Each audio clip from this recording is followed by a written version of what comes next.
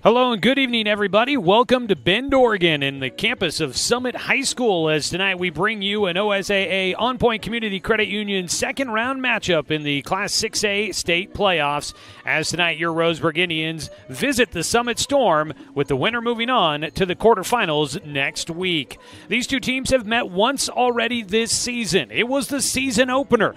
There was some confusion. At first it was going to be played in Roseburg, then it was going to be played on Saturday in Roseburg, and then it got pushed to Saturday in Cottage Grove. It was a wild start to the season as wildfire smoke played havoc with our schedule. But they got the game in, and it was a 23-7 win for Roseburg, the start of a great stretch run to the beginning of their season. But now the two teams meet in the postseason, and a lot has changed over the last 10 weeks. Roseburg is here with a 9-1 record, while the Summit Storm come in 8-2 after a strong run through the Mountain Valley Conference. It should be a great playoff matchup for us here tonight, and we welcome you into tonight's broadcast of Roseburg football here on The Score. Welcome in, everybody. I'm Joey Kieran. This is your Roseburg Disposal pregame show. You can let them make the run to the dump for you. Call Roseburg Disposal at 673-7122. Quick little bit of housekeeping for us here. For those that maybe are watching tonight's broadcast on our YouTube channel or online at 541radio.com, going there, looking for our normal video broadcast of games, I just want to make this clear. In the postseason, the NFHS network gets the priority if they choose to broadcast a game, or if a school is a member of the NFHS network, they have the first rights to broadcasting the video coverage of a game. That is the case here tonight. Summit has their camera all ready to go to do a live stream of tonight's broadcast. So because of that, we are unable to show you the actual game footage live during the game with our radio broadcast like we normally do. We will be doing our YouTube broadcast like we normally do. We will put one camera on the scoreboard, so you have the clock, you have the score, the down and distance, all of that stuff there on the screen, and we're going to do something kind of fun. I don't know if it's anything anybody's going to care about, but we've got a camera set up that we're going to give you a behind-the-scenes look at what it's like here in the booth during a football broadcast. So we'll have that for the folks that are tuning in on your normal spot to watch Roseburg football tonight. We do apologize that regulations in the postseason have restricted us from showing you the football game like we normally do with our video stream. But there are plenty of ways to stay tuned with the game here tonight. You can, of course, watch it on our YouTube channel at 1490 The Score or at 541radio.com. You can listen to the game on the radio on 92.3 FM and 1490 AM if you're in the Roseburg and Douglas County area, or you can stream it online by listening on the 541 Radio app. Download it on your smartphone or your tablet to take the station with you wherever you go, or you can listen live to the Score on 541radio.com. So I know it's not ideal, but it is what it is, and we're making the best of it as we look forward to seeing what Roseburg has tonight against the Summit Storm. We'll continue more of our Roseburg Disposal pregame show with a quick word with head coach Dave Heiberger as we count down towards kickoff. We are just a little ways away as Roseburg looks to take out Summit here in the second round of the OSAA On Point Community Credit Union State Championship playoffs. Back after a 2-minute break here on 541radio.com and on the Score, 92.3 FM and 1490 AM. Hey there, sports fans. Thanks for watching this local sporting event online at 541radio.com. Did you know there's more than one way to watch games online? You can watch games on your laptop or desktop computer, your tablet, or even your smartphone just by going to 541radio.com. But we also use YouTube to stream all of our video broadcasts, which means you could be watching this game on your big screen TV with a number of different streaming devices. You can stream our live YouTube broadcast through your PlayStation or Xbox gaming device, or through streaming devices like Google Chromecast, Apple TV, or Roku. There's plenty of ways to follow this live local sporting event. Plus, you can find past events archived on 1490 The Score's YouTube channel. Find us on YouTube and subscribe today to keep up with the latest in local sports coverage.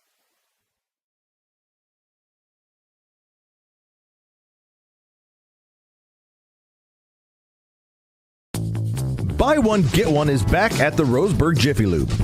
Purchase the Signature Service oil change at Roseburg Jiffy Lube and be treated to a second one absolutely free. The Trick or Treat BOGO deal, buy one, get one in October from the Roseburg Jiffy Lube. Are your wipers bouncing, streaking, or smearing now that the rain is here? Well, come to the Roseburg Jiffy Lube for a free windshield Rain-X treatment with the purchase of new wipers. Stay safe on the road with the team at Roseburg Jiffy Lube on Garden Valley next to Champion Car Wash. Get ready to satisfy your dessert cravings with Mountain Mike's new mini churros. These delicious bite-sized churros are the perfect dessert to pair with your favorite Mountain Mike's pizza, made with only the freshest and finest ingredients, dough made fresh daily with 100% whole milk mozzarella cheese, and toppings to the edge. For limited time only, get 16 mini churros for the whole family for only $4.99. Don't wait. Order yours today for dine-in, carry-out, or delivery.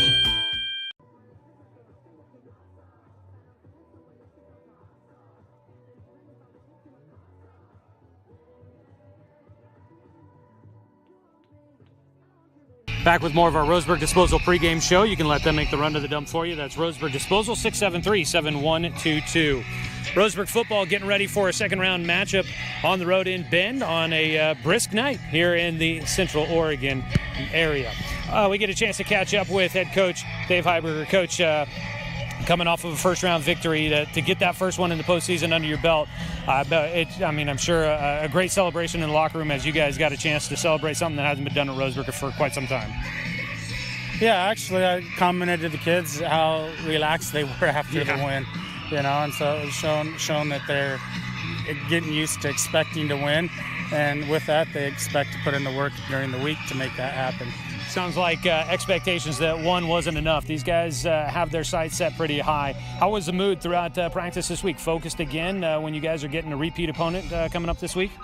Yeah, these guys search for ways to get chips on their shoulder, and so getting the opportunity to play a team twice and hearing all the things that go along with that, I think that lit a little fire under them. You guys working through practice this week. How have things been going just health-wise for you guys at this point in the season? Everybody's got dings and bumps, but you guys still full go for this matchup? Yeah, we're healthy as can be, knock on wood. But yeah, everyone practiced all week and had a good week of practice, and see if we can put it together tonight. You guys, obviously this is a repeat, and we talked about this a little earlier in the week, but I'm sure there's been a lot of things that you guys have put on tape since that first game of the season, but do you try to change things up knowing it's an opponent that's seen you once before, or do you just go with the game plan and let the chips fall where they may? Yeah, you might tweak a thing here or there, but you also, got to trust the things that you've worked on for the last 3.5 months, that they're in the playbook offensively and defensively for a reason. Mm-hmm. And so you get to this time of year, both teams can say, hey, we knew what play was coming, but, that's what got us here, right? Mm-hmm. You guys get a chance to try and advance to a quarterfinal game after tonight, but to get there, what do you feel are the keys to tonight's game? Control the line of scrimmage, turnovers, all the cliches. They're cliches for a reason. I was going to say they're cliches for a reason as well. Coach, good luck out there tonight. Thank you. That is head coach Dave Heiberger here on our pregame show, the Roseburg Disposal pregame show. We're going to go ahead and take one more 2-minute break here. We'll come back. We'll take a look at the matchup a little bit more, and we'll start getting ready for tonight's kickoff. Summit has taken the field. We got the national anthem coming up here in a moment. Before we take a quick break, want to remind you that as the title sponsor of the OSAA State Championships, On Point does everything it can to help our team and community get ahead. On Point delivers the local banking and lending its members need to reach their goals and make more possible. Point is federally insured by NCUA, Equal Housing Opportunity as well. Before the national anthem, we are looking at 54 degrees here in Bend, starting to see a little bit of a drizzle and expecting things to be wet throughout much of the rest of the evening. It looks like here in Bend, although it does look like my phone updated and maybe took some of that off, so maybe it lets up just a little bit. National anthem coming up. We'll go ahead and take the 2-minute break, and we'll come back, get you the coin toss, and ready to go for tonight's matchup.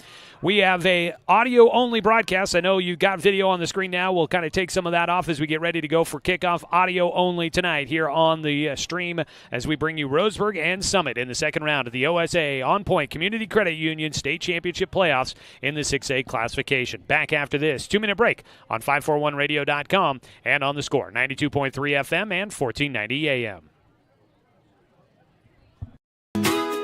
Get ready to satisfy your dessert cravings with Mountain Mike's new mini churros. These delicious bite-sized churros are the perfect dessert to pair with your favorite Mountain Mike's pizza, made with only the freshest and finest ingredients, dough made fresh daily with 100% whole milk mozzarella cheese, and toppings to the edge. For limited time only, Get 16 mini churs for the whole family for only $4.99. Don't wait. Order yours today for dine-in, carry-out, or delivery. The innocence of youth. Is there anything any better? But soon they'll be in high school and facing all the same challenges you faced. How to make friends, how to fit in, how to be cool. We want our children to have everything they'll need to live fulfilling and productive lives. Make sure the kids in your family are among the more than 120,000 participants here in Oregon who take part in high school sports or activities. I am a nurse, a firefighter, a college student, a mother, and I am an American soldier. I will always be ready for every storm and disaster that threatens my community. I will always be there to protect my neighbors, my family, and my country. We are the Army National Guard. We are the Army National Guard. We are the Army National Guard. Visit nationalguard.com to learn more about part-time service. As a doctor, I kept myself safe from COVID by following all the proper protocols. Then I visited my family, and we all got COVID. I debated getting the vaccine since I gained the COVID antibodies. I changed my mind because I learned the antibodies may not offer full protection. But getting the vaccine after COVID can help prevent you from getting sick again. It also lowers your risk of getting someone else sick. So whether you've already had COVID or you're still unvaccinated, please get the vaccine. Let's hear it for the color guard. And now, please rise and take off your caps. And we are back here at Summit High School getting ready to go for the kickoff. The timing not quite what they had explained to us here, so we're just about to start the national anthem. We'll go ahead and take our final 2-minute break of the pregame show and come back with kickoff after this here on The Score.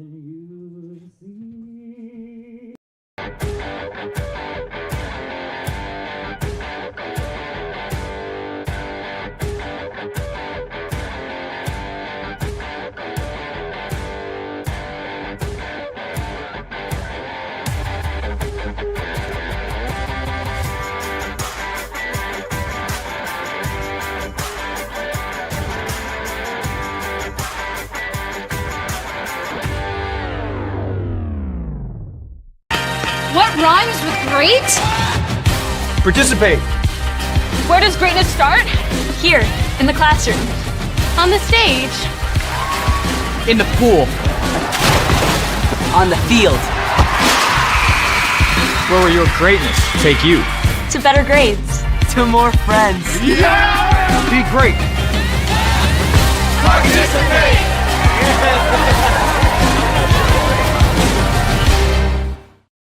Looking for more local sports coverage? CBS Sports Radio 1490 The Score has you covered. Check out our homepage at 541radio.com for sports stories, scores, and podcasts.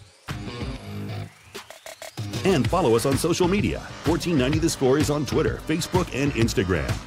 And take the station with you wherever you go with the 541 Radio app. Download the app in your smartphone's app store and get access to a live stream of the station, sports stories, podcasts, and easy messaging with the station and others. Buy One, Get One is back at the Roseburg Jiffy Lube. Purchase the signature service oil change at Roseburg Jiffy Lube and be treated to a second one absolutely free. The Trick or Treat BOGO deal, buy one, get one in October from the Roseburg Jiffy Lube. Are your wipers bouncing, streaking, or smearing now that the rain is here? Well, come to the Roseburg Jiffy Lube for a free windshield Rain-X treatment with the purchase of new wipers. Stay safe on the road with the team at Roseburg Jiffy Lube on Garden Valley next to Champion Car Wash.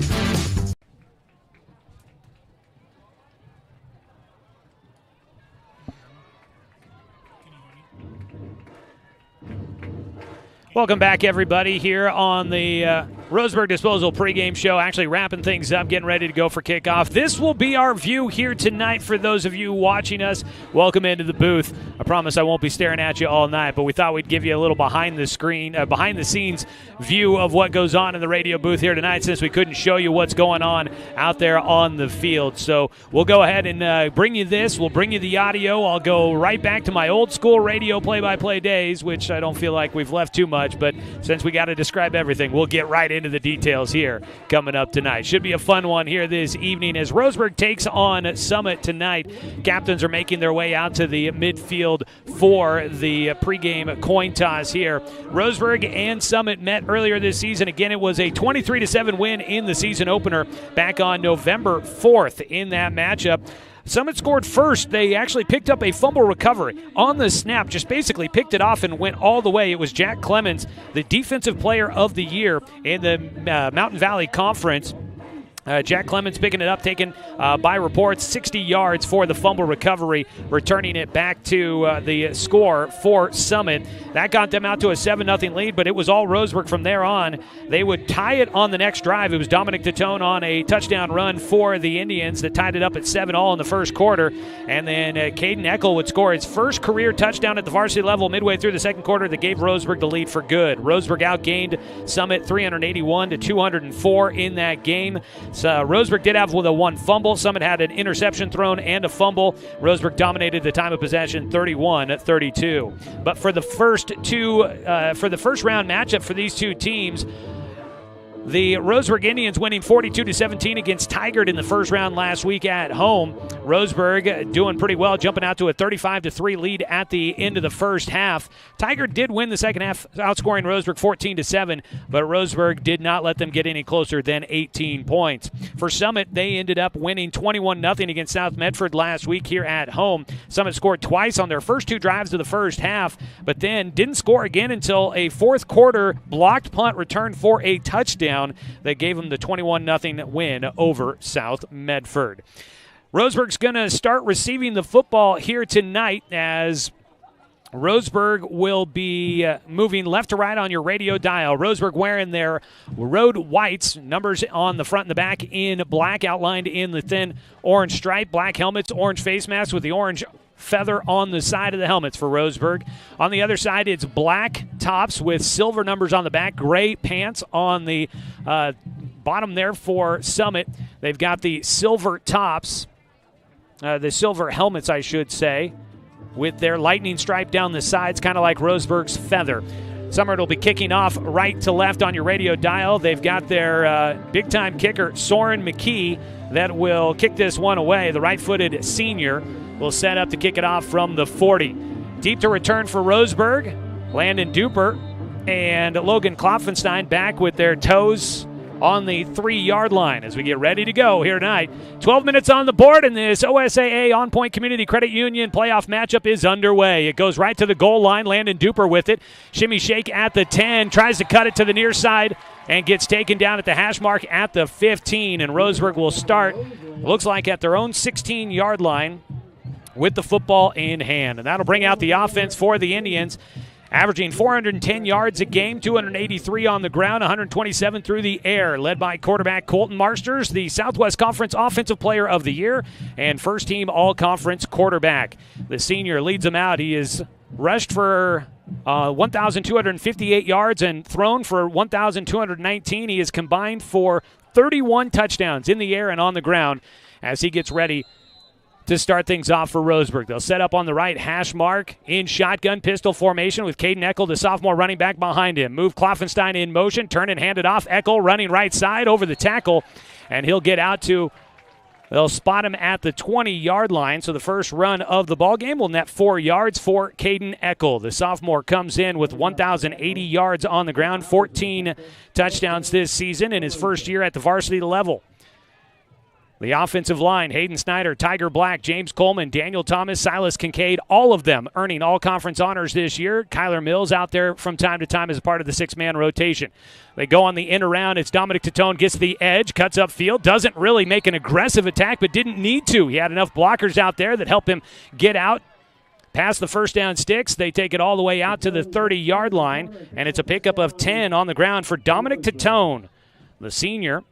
One of the receivers on this team you'll see a lot of tonight. Hayden Horton, a senior. Logan Klopfenstein, a senior. Dominic Tatone, a senior. And Landon Duper. Those four out there a lot this season for the Tribe. I'll set up with two targets, Horton and Klopfenstein to the right. They'll move a man in motion. Hand it off up the middle. Goes Eckel, and he gets stopped right at the line of scrimmage. Nowhere really to go there. Right through the middle of the line. and he just gets taken down immediately. They'll spot the football. They give him about a yard out to the 21. Excuse me, the 31 is where they spot that football. And so that is a pickup of 1 on the ground for Caden Eckel. Second down and a long 8, we'll call it.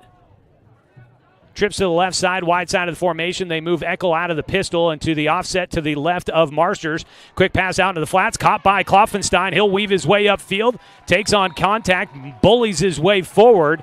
Out just a couple of yards shy of the 40-yard line. The ball will be spot on the far hash mark out at the 38. It's a pickup of 7 on the pass play to Logan Kloffenstein, and it's third down for Roseburg. They've got about a yard and a half to try and pick up.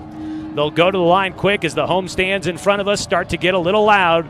Trips to the right side of the formation. Marsters, a keeper, going to try and outrun the defense, and he will not. He gets taken down from behind.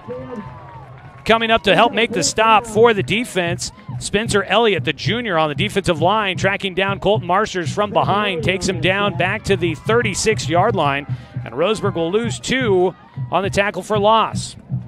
And now it's decision time. Do they leave the offense out there? They are not that close to midfield. They will set up with the offense, but Dawson Gillespie, the punter, will set up to the right, and they get the defense to jump. And that's exactly what they are doing. Roseburg will set up in that formation with Dawson Gillespie, who is the punter, comes in every so often, just barely on offense. Usually he plays on defense, an all-conference linebacker for the Indians.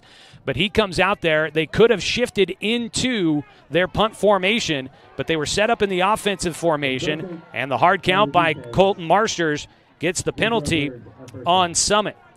And that penalty moves the football out to the 41-yard line, 5-yard penalty. And it'll be a first down carry for Eckel, going left side, bouncing out to the edge, gets spun down on the far sideline, just shy of the 45-yard line. A nice gain on first down to help Roseburg stay in front of the sticks. They get it out to the 44-yard line, a pickup of 3 for Caden Eckel. The sophomore getting a lot of carries early on.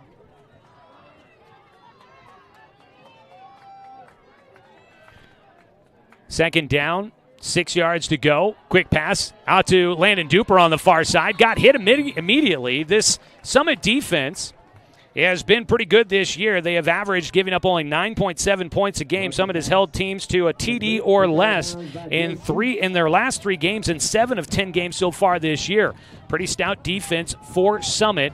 And they will have Roseburg at third down. That football out to the 48-yard line. It was a pickup of 4 for Landon Duper on that reception. Crowd getting loud again as Roseburg's offense sets up on third down. Handoff up the middle for Eckel, trying to push the pile. And the sophomore gets to about the 50-yard line, which is just a little shy of the first down 6. He's not quite a full yard as they get right to the 50-yard line. A pickup of 2 for Eckel. They'll run it quick. Eckel breaks through. It's Marsters, and he's going to convert on fourth down and go to the house. Touchdown, Roseburg. A 50-yard run for Colton Marsters. And the senior will get Roseburg on the board early. A 6-0 lead for the Indians as Marsters will have his 18th rushing touchdown of the year. He takes this one in. The ball, the nose of the football, just barely touching the 50. And he will go to the house. Not only converts, but his speed breaking through the line.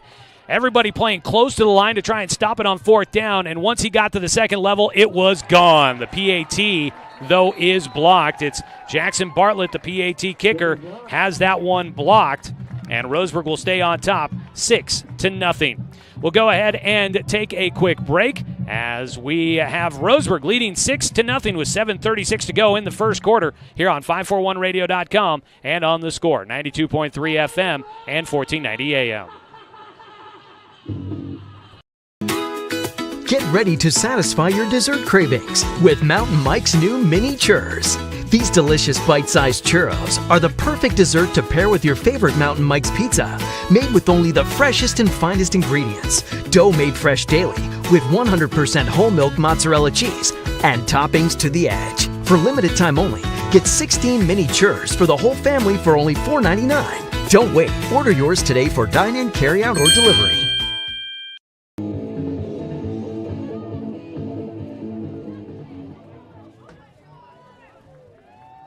Barlow back to kick. Stevens in the backfield to receive. Summit will get the football for the first time here tonight as we welcome you back. Tonight's Roseburg football game brought to you by Bigfoot Beverages of Roseburg, a locally owned family business, proud sponsor of local sports and focused on community events. Kickoff away from Bartlett's going to go short. Hits at the 20, still out there and free. And that gets Carson Dunn there just in time to make the tackle for Roseburg. And the return man for Summit does not really get beyond the 20. I think they mark him down at the 19. Summit with their offense will come out for the first time here tonight. It's a 6-0 lead for Roseburg after the 50-yard touchdown run by Colton Marsters. 9 plays for Roseburg. They end up going 84 yards for the score. Summit comes out with junior quarterback Hogan Carmichael leading the way. Honorable mention all-league status for him this season. He has thrown for 11 touchdowns and just 1 interception. That came against Roseburg in the season opener. They'll set up, shotgun snap, and penalty flags out as the play gets underway. I'll wait for the call from our white hat, and it is a false start on Summit. Their second penalty so far here in the first quarter. That'll move them backwards to start out the ball game. They'll go back to the 14 with a loss of 5. Hogan Carmichael last week, 18 for 21, 86% completion, 145 yards, a touchdown. He was 4 rushes for 11 yards on the ground against South Medford last week in that first-round win, 21-0. He sets up in shotgun, hands it off on an end-around sweep, trying to bounce it out the outside, not able to get away, caught in the backfield.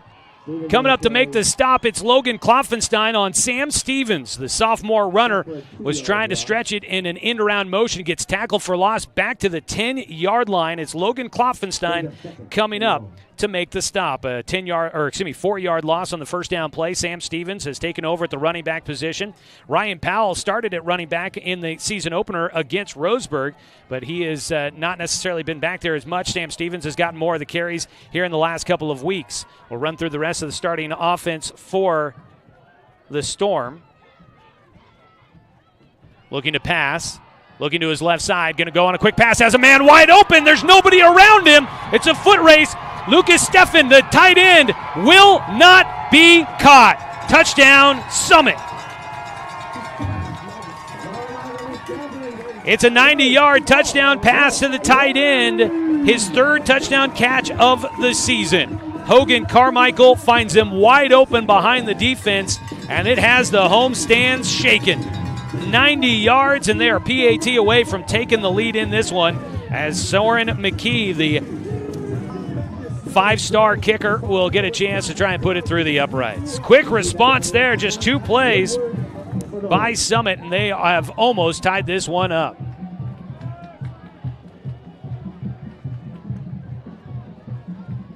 The PAT is up and good. And we are early in this one. And it is 7-6. Summit in front of Roseburg. Let's take a 30-second break. Come back with more of the action on 541radio.com and on the score, 92.3 FM and 1490 AM. Deciding where to purchase your next vehicle is just as important as the vehicle itself. At Roseburg Honda, our seasoned staff is dedicated to matching you with the right car. From sales to service, our goal is to make sure all of your needs are met, and you leave our dealership feeling good every time you visit. No need to waste your valuable time driving up and down the freeway when the ultimate car buying experience is right here at home. Roseburg Honda. We treat you like family.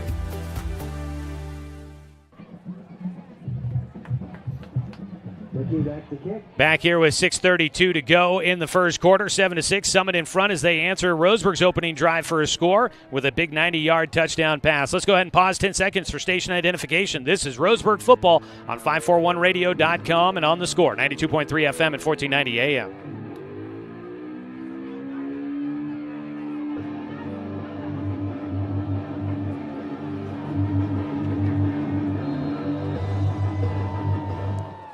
The kickoff is away, going to go all the way into the end zone. Soren McKee will kick it for a touchback. Roseburg will get the football for a second time. They went 9 plays and 84 yards on their first drive. Ended up taking off 4 minutes and 24 seconds. And then Summit comes out, get a penalty on their first possession before they even run their first play. Then they lose 4 yards on their first play, and then a 90-yard touchdown pass to the tight end. What a start we've had here in this second-round matchup between Roseburg and Summit. Offense back out on the field for the Tribe. They'll go with double backs. They motion Landon Duper out of the backfield to the left of the formation. Twins either side, ball in the middle of the field. Looking to pass, rolling to his right, pressure, flushing Marsters out of the pocket. And he will throw incomplete here on the near side, intended for Logan Klopfenstein. Might have just thrown it low to try and get rid of the football. There is whistles. A penalty flag is out back in the secondary. I'll wait to hear the call on this one. The officials will meet up. Chance to let you know that Roseburg football all season long has been brought to you by Dr. Lanson Randall. They're accepting new patients, so give them a call at 541-378-6694. They are Defensive holding. The official was signaling to the other sideline. He keeps turning around. I'm not sure if he knows which way he wants to be pointing here. He keeps signaling that it's holding against Roseburg. The PA guy said it was defensive holding, so it's going to be offensive holding on Roseburg. So here's the official call. It is holding against Roseburg, and they will accept the penalty. So they wipe out the incompletion and accept the penalty yardage on Roseburg. It'll put them back to the 15. So it'll still be first down and 15 now for the Tribe. In shotgun, Marsters. Hands it off. Eckel going to try and run it far side. Hitting the backfield, and that Summit defense continues to be right up there along the line, trying to cut down those runs early, and they're able to do so here. They mark him back. The ball goes to the, let's say, the 13-yard line. Loss of 2 on the tackle for loss for Eckel. Rolling to his right. Marsters looking to pass downfield. Klopfenstein, diving catch. Did he hang on? Yes, he did. Sliding out of bounds. He'll go out past the 25-yard line. They'll put him out to about the 27, and it's going to be third down and manageable for Roseburg on the completion. They spot that football out to the 28-yard line, and it'll be third down and 2 after the completion for 15 to Logan Klopfenstein. Roseburg will be quick to the line as they ring the bells on third down again. Roseburg had to convert a couple of times on their first drive. They set up here third down and short. Marsters moves Klopfenstein in motion. Give it to him, trying to turn it upfield. Gets hit in the backfield, stays on his feet. Tried to stretch the football out, but he gets hit right at the line of scrimmage is where they'll give him his forward progression. Nowhere to go for Logan Klopfenstein. Last week, Roseburg had to try and pass quite a bit against Tigard, and tonight they try to go with the run, and Summit is coming up and turning them back. It'll be fourth down, and Roseburg deep in their own territory, looking like they will just send the punt unit out. Right back to the line of scrimmage. No gain on that play by Klopfenstein, and it'll be fourth down and 2. You've got Gillespie deep to kick it away. A return man back at his own 40 for Summit. Kickoff is away. It takes a hop, and it takes a great Roseburg bounce, letting it go by the return man, Joe Schutz. And that ball rolls inside the 15, and Roseburg's going to wait to pick it up. Now finally will. So they cannot convert on third down, but they do get a great punt to flip the side of the field. It's 4:22 to go here in 4:19 to go here in the first quarter, and Summit will have the football for a second time. They'll be back at their own 13-yard line. Roseburg football on the score, brought to you by Chuck Swarman Family Auto Repair. Are you ready to go where life takes you? First punt of the ball game. The offense back out on the field for Summit after their 90-yard touchdown pass in the first drive. Handed off, running left side, getting through the defense, hit by Eli Jacobs, and taken down. And not actually even taken down. It's Sam Stevens, the sophomore. They'll put the ball out to the 21-yard line. It's a pickup of 8 for Stevens on first down. 2nd down and 2.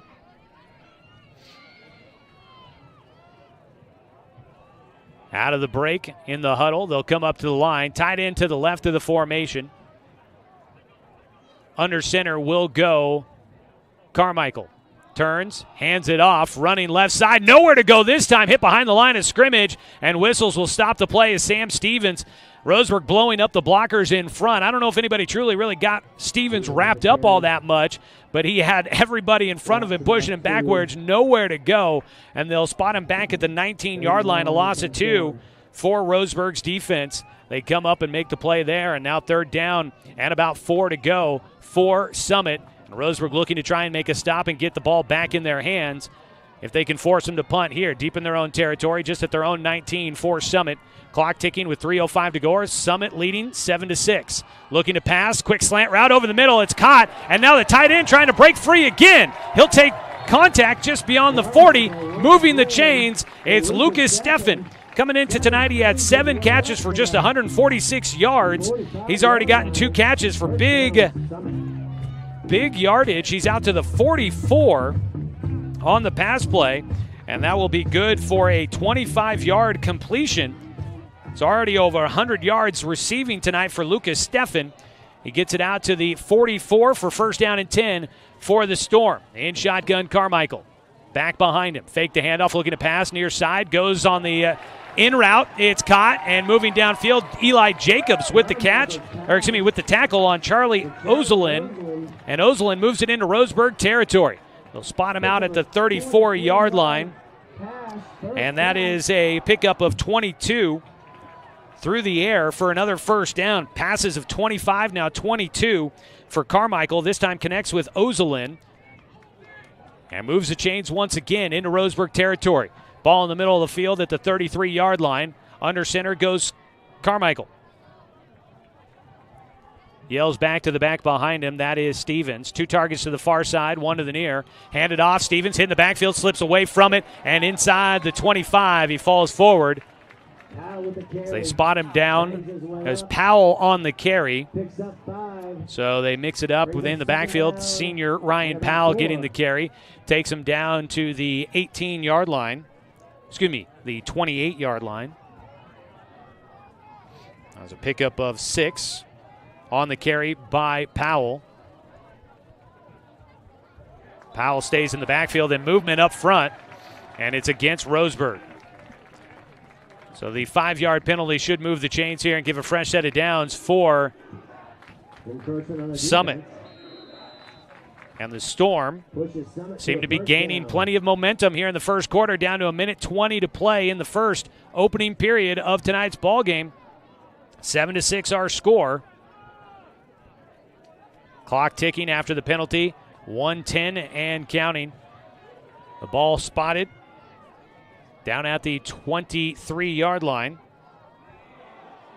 Running left side, it's Powell slipping tacklers, and he'll take it down inside the red zone. On the carry over the left side, Powell down to the 16-yard line. Now they'll spot it at the 17. That's a gain of 6. It'll be 2nd down and 4 after the carry by Ryan Powell. Powell coming in tonight, 86 carries, 553 yards, 5 touchdowns.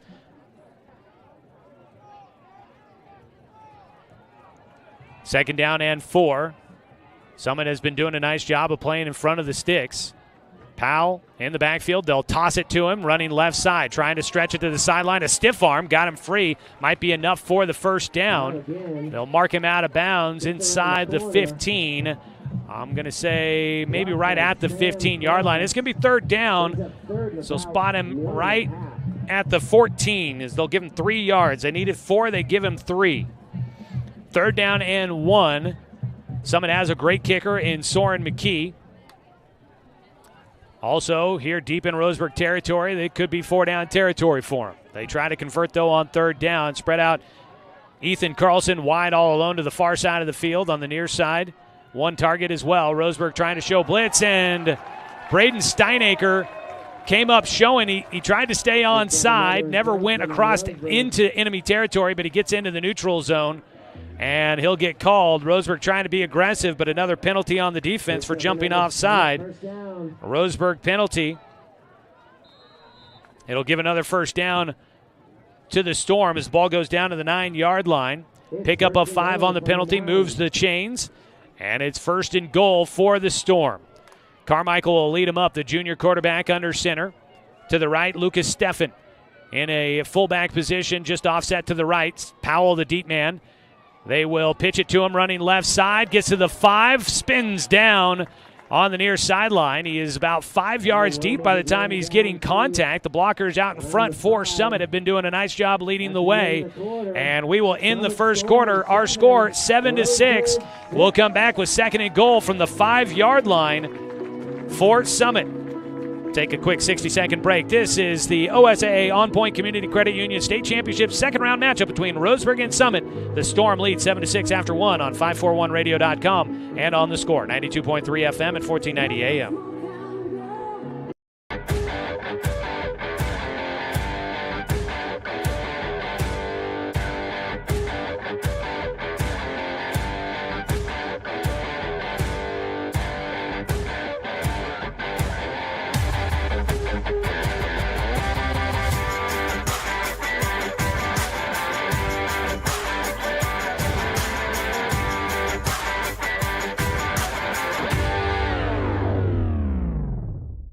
I'm Amelia Snow.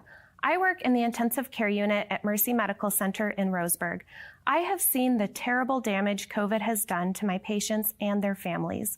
Without a vaccine, people of all ages can get very sick, even if they were perfectly healthy before they had COVID.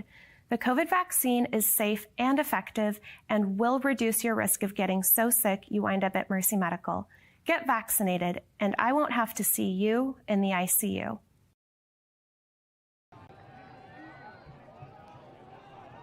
Second down and goal to start the second quarter. Running quick, throwing over the middle on the first play of the second quarter. With Summit leading 7-6, they almost add another 6 to the board. As a little bit of rushed on that play, Hogan Carmichael, the quarterback for Summit, he's been looking good so far to start out tonight, but he had to rush that throw just a little bit with pressure in the backfield. Threw it over the middle, had a man open, but could not hit him in stride. Incomplete on the second down play. It's third down and goal. Summit leads 7-6 as we get the second quarter underway. The ball at the 5-yard line. We'll set up. Carmichael under center. Offset I formation. Turn, fake the handoff, rolling to his right, pressure again, toss to the end zone, and it's through the hands of the tight end, Lucas Steffen. He already has one touchdown on the night, and that one just through his fingers. A couple of incompletions to start the second quarter, and Summit looks like they'll send the field goal team on for a kick. They will set the football up on the left hash mark. Soren McKee hit a 50-yarder last year. And this one looks to be a 22-yard attempt. The right-footed kicker kicking from the left hash mark to our right.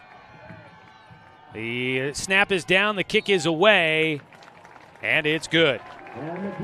So the 22-yard field goal is good for Soren McKee. And Summit will take a 10-6 lead on top of Roseburg here early on in the second quarter. Let's go ahead and take a 30-second break as we continue on with the first half of tonight's state playoff matchup. I'm Joey Kieran in Bend for tonight's game between Roseburg and Summit on 541radio.com and on the score, 92.3 FM and 1490 AM. I am a nurse, a firefighter, a college student, a mother, and I am an American soldier. I will always be ready for every storm and disaster that threatens my community. I will always be there to protect my neighbors, my family, and my country. We are the Army National Guard. We are the Army National Guard. We are the Army National Guard. Visit nationalguard.com to learn more about part-time service. For over 40 years, Pacific Office Automation has remained locally owned and operated, supporting the community and people and places that matter. That's why Pacific Office Automation continues to sponsor the OSAA year after year. That's Pacific Office Automation, problem solved.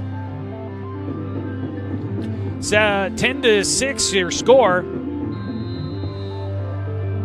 Summit in front of Roseburg. The Indians getting the ball. They punted on their last possession. They'll be going right to left on your radio dial. McKee kicks this one out of the back of the end zone for a touchback. So Roseburg will have the football at their own 20 to start again after another touchback for the Storm. Roseburg football this evening brought to you by Barnes Heating and Cooling, your complete energy company. Visit barnesheatingandcooling.com or call them at 541-459-1545. Quick scoreboard check at the end of the first quarter. South Umpqua leading Santiam Christian 7-0 in the quarterfinals of the 3A state playoffs. That one down in Tri-City. Offense back out there for Roseburg. They'll set up with Knox Hubbard in the backfield to the right of Colton Marsters. They give it to Landon Duper trying to stretch it around the far side. He'll get the edge, lowers his shoulder, takes on some contact after picking up at least 5 yards. Stretches that one forward for a couple more, and on the first down run, Roseburg will have short distance to make up on second down. Spot the football from the 20 out to the 27-yard line. On the ground, Landon Duper picking up 7. Duper this season has 7 touchdown catches through the air for Roseburg. All-conference selection, handed off, running left side, and weaving through traffic into first down territory. Out near the 40-yard line for Roseburg, I believe that is the senior Knox Hubbard carrying the football this time around. Hubbard takes it out to the 40-yard line. That's a pickup of 13 on his first carry of the night. The senior comes in. He has not had a ton of carries, 61 on the season, 292 yards, but he gets a big one there. Timeout down on the field taken by the Summit Storm with 11:08 to go in the second quarter, and it is a 10-6 lead in favor of the Storm. Let's take a 30-second break on 541radio.com and on the score, 92.3 FM and 1490 AM. Looking for more local sports coverage?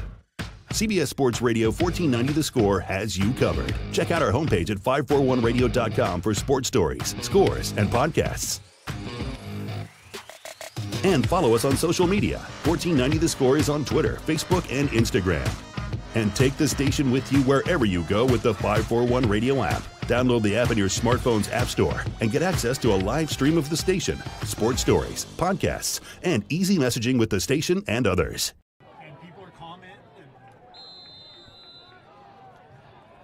Out of the timeout by Summit. Roseburg with the football. First down and 10 at their own 40-yard line, trailing by 4 here in the second quarter. Quick pass out to Logan Kloffenstein. Gets by one defender, takes on another, and gets a couple extra yards as he falls forward out to about the 43-yard line. A pickup of 3 on first down on the pass play for Logan Kloffenstein. So far on the night, Kloffenstein is 4 for 5 through the air. Marsters 4 for 5 through the air here so far this evening. He sets up in shotgun, knocks Hubbard to his right. In shotgun, hands it off. Hubbard up the middle, breaks free, slips one tackler. He's across the 50, and he goes into Summit territory to move the chains. And I'm not sure the difference in the running style maybe is a little bit bigger back out of the backfield for Knox Hubbard, but he has come in and looked good running the football as he takes it to the 48 on Summit's half of the field. Tigard was last week, Summit this week. So into the Summit territory. That is a pickup of 9 on the ground by by Hubbard. 2 targets to either side for Marsters. Moves to Tone in motion. Handed off up the middle goes Hubbard. He got spun around at the line of scrimmage. Still trying to work his way forward. Never went down, but they blow the whistle dead as he goes 1 yard out to the 47. He picks up just the 1 on first down. Roseburg trying to get a little bit of momentum here. I do see that somebody commenting on the YouTube page here that the scoreboard operators need to wake up. Yeah, it is the second quarter. Second quarter action for you here. Roseburg is Roseburg trailing 10-6. In shotgun, Tatone moving left to right in motion. Looking to pass quick, goes back to the left side. It's off the hands of the receiver and a penalty flag out at the very end. thrown into the backfield. Could be in the area of holding, maybe a late hit on the quarterback. We will find out. That slant route intended for Landon Duper went off his arm, but having to throw with pressure. It is called holding against Roseburg, and they will accept the penalty and back him up. Looked like a blitz or a lot of pressure coming by Summit on that one, and Roseburg, that is going to be their 4th penalty so far here in this first half of the ball game. They've been trying to deal with the very stout defense from Summit. The holding is going to be counted off from the line of scrimmage. They'll put it down to the 42 back on Roseburg's half of the field. So that is a loss of approximately 10 yards. So second down and long for Roseburg. Looking to pass, trying to set up the screen out into the flats. Intended for Caden Eckel and not close on the pass by Colton Marsters. And Roseburg's offense a little out of sync so far here at times in the first half of this ballgame, trying to get their footing underneath them after a long drive here to Bend tonight.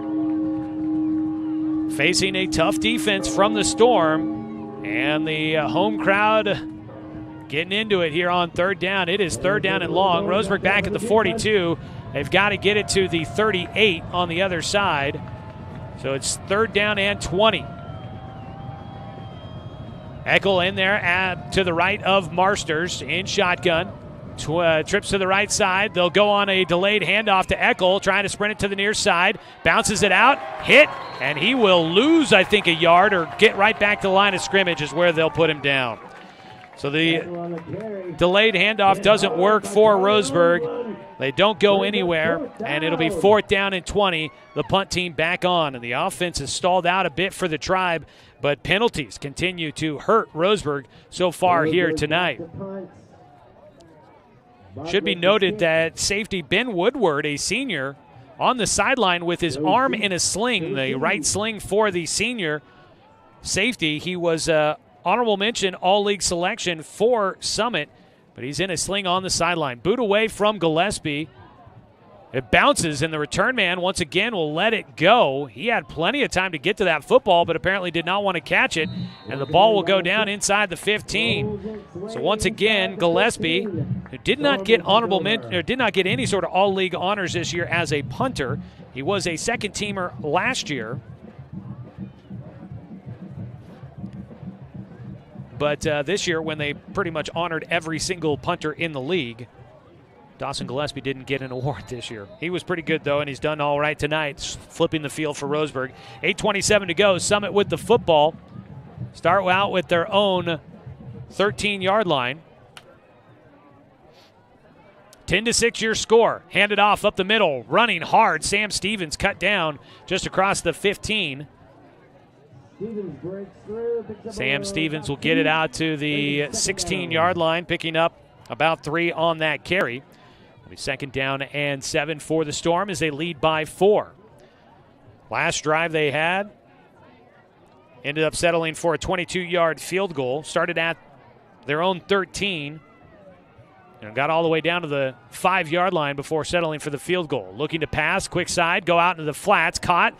Sidestep at first defender. Carson Dunn comes up to make a hit out there as well. Tiger Black there to help bring down the receiver. Catching the football there, running to the sideline. On that catch, that was Brown on the catch there, number 6. So the pass complete. Out to the 19-yard line, a pickup of 3. And now it is third down. And about 4 to go. Looking to pass. Carmichael left side goes on the out route. Caught, but short of the down marker. That one caught by Joe Schutz.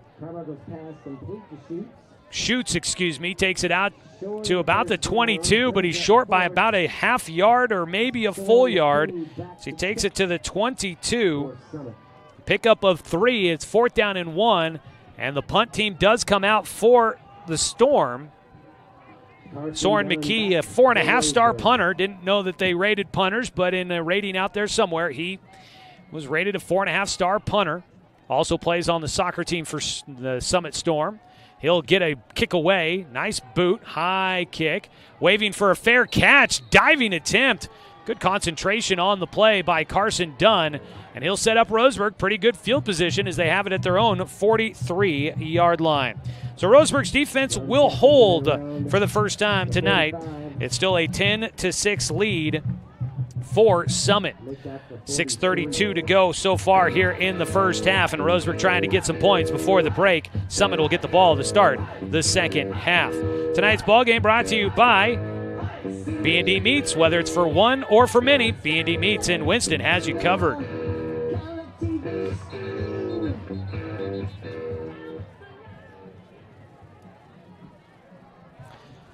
Whistles before the first play of the possession for Roseburg. Now they will get things started. 6:32 to go here in the second quarter. A 10-6 lead for Summit in this second-round playoff matchup. The winner moves on to face the winner of Tualatin and Westview in the quarterfinals next week. Marsters in shotgun, trips to his left. Handed off and wrapped up in the backfield. It's Caden Eckel taken down, a loss back to the 40. He'll lose 3 on first down, and that has been the problem tonight. Roseburg continues to play behind the sticks, having to face long distances here. Chip Allers, the first-team All-League selection as a junior, getting in there on the stop. It'll be second down. They give him to the 41, so really only a loss of 2 on the play for Caden Eckel. His front line for Summit has been playing well. Roseburg has not been able to move the football much. Pass out in the flats, caught. And quickly, defenders there, caught by Dominic Tatone, only picks up a yard. The pass goes to the 42, and it's third down and 11. And it has just been tough to find a way to get the ball downfield.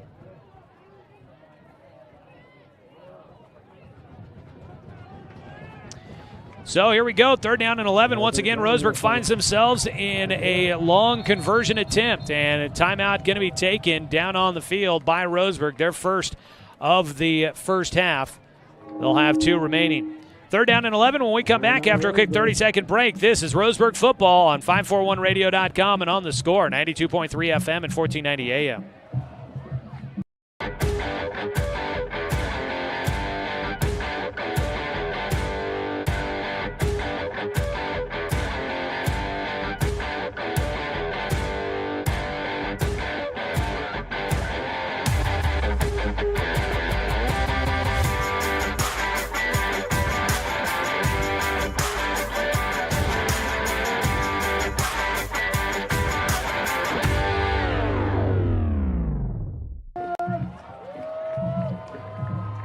Third down and 11 as we come out of the timeout. Kind of limping to the sideline. Caden Eckel looked like maybe a right thigh contusion, something like that. He was stretching it out, hopping around, but he's on the sideline. Maybe a little bit of cramping as he takes in some water. He'll be out for this play. Roseburg will set up third down and 11, trying to convert, keep a drive going, see if they can score before halftime. Trailing 10-6, rolling to his left. Marsters going to throw downfield. A man there in coverage. And no flag out is in coverage. It's Joe Schutz, the first-teamer. The senior gets a hand in to knock that ball away from Hayden Horton. Might have arrived a little bit early, but no flag on the play, and Roseburg will be forced to punt after the incompletion. So far, just not a lot of room to operate. This Summit defense has definitely been playing the part of what we have been reading about and looking at on paper coming into this matchup. Only 9.7 points allowed all season, per game that is, and they have come out looking pretty stout here tonight. The punt team coming, and I think a timeout called just before the snap by the coach down on the near sideline by Summit. We'll keep it right here on the timeout with 5:14 to go in the first half. Right now it's Summit leading at 10-6. Well, dear driver, you're invited to save big now on a new Toyota. Hurry in today. Visit Toyota.com for more information. Toyota, let's go places. And if you'd like to stay connected to your favorite team with the OSAA Live mobile app, you can do so. OSAA Live features the latest scores, schedules, and rankings for all teams and leagues across Oregon. Access OSAA state championship programs, read the latest prep news and information. Search OSAA Live in the App Store or on the Google Play Store to download today. Want to say thanks to our sponsors that make bringing you Roseburg football possible. Sponsors like Tim's Appliance and Mattress at the corner of Lane and South Stevens in Roseburg. 0% financing is always available. And our friends over at Roseburg Honda, if you've been waiting for the right time to get that new car, the wait is over. Check them out. That's Roseburg Honda. They treat you like family. Punt unit is out. Shoots deep to return.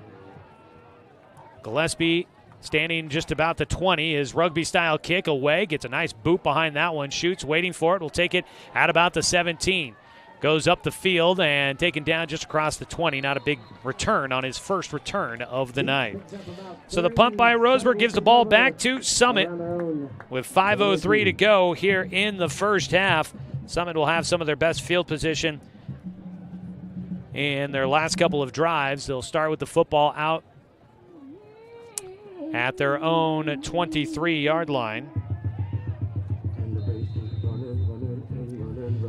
So Roseburg defense last time out able to force a punt by Summit.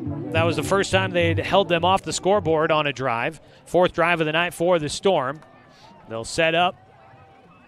Carmichael under center, delayed handoff, and it's stopped. Tiger Black in the backfield. The junior all-conference defensive player of the year gets a tackle for loss as he takes the runner all the way back inside the 20. It was Ryan Powell on the carry, and they'll spot him back to the 19-yard line. Tiger Black with the tackle for loss, dropping him back 4 yards, 2nd and 14.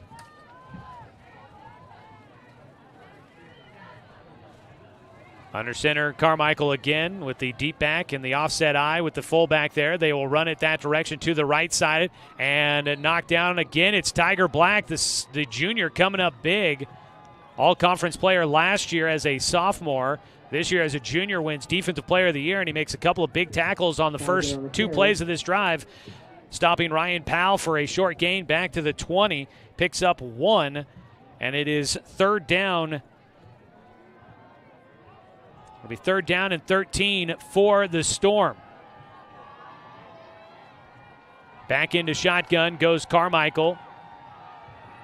2 targets to his left, the wide side of the field, moves a man in motion, fakes the handoff, looking to pass over the middle. And it's intercepted. It's Colton Marsters on the tip drill. He reverts it back to the far side of the field. With the catch, Marsters will run it out of bounds on the far side.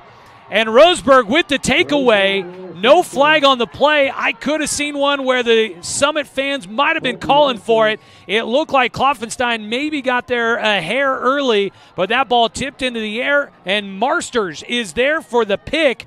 Colton Marsters, that'll be his 4th of the season. And the INT will put Roseburg near the red zone. They are at the 25. Marsters sets him up. He'll come back out.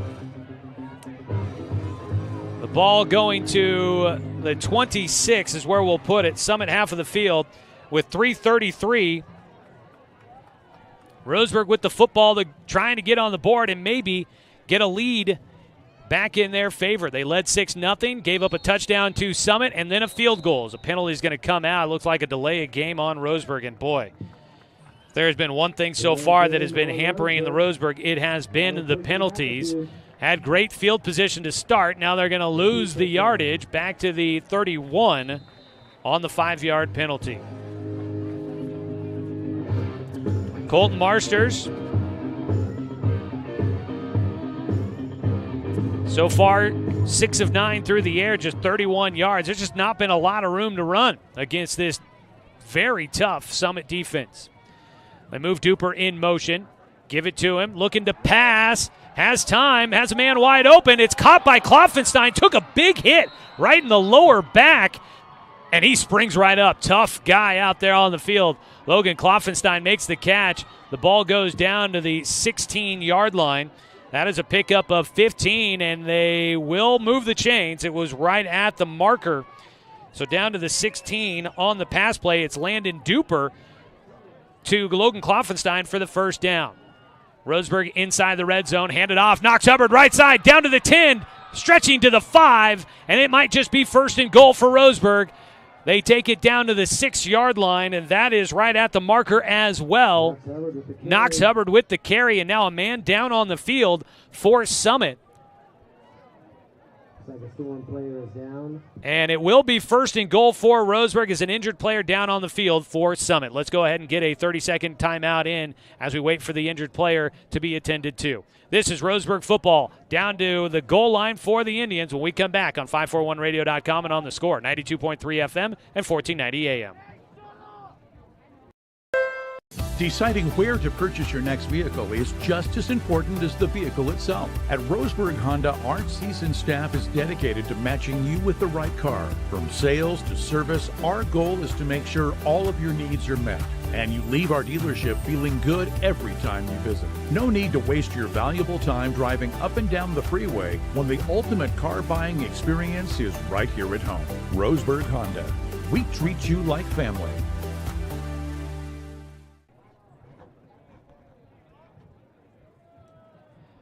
Injured player for Summit still down on the field. It looks like a lower leg injury that they're attending to. They've got his knees bent up, so they got him moving around on the lower half, but have not been able to catch a number as of yet. Here in the first half with 3:03 to go in the first half of this ball game, Roseburg trails 10-6. They've got it first and goal from the 6-yard line when play resumes. I want to say thanks to our sponsors, Flyaway Travel. Contact their travel experts for your travel plans, now located at 1445 West Harvard Avenue, or give them a call at 672-5701. It's Joe Schutz, the injured player. He will make his way to the sideline under his own power, but he's limping pretty good, and it looks like, I want to say his right leg is the culprit in this one. So Schutz will slowly make his way to the sideline. And meanwhile, behind him, Roseburg's offense will set up. Knox Hubbard out there at running back, the senior to the left to Colton Marsters in shotgun. Hayden Horton spread to the wide side of the field. Dominic Tatone, Logan Kloffenstein to the left, along with Landon Duper.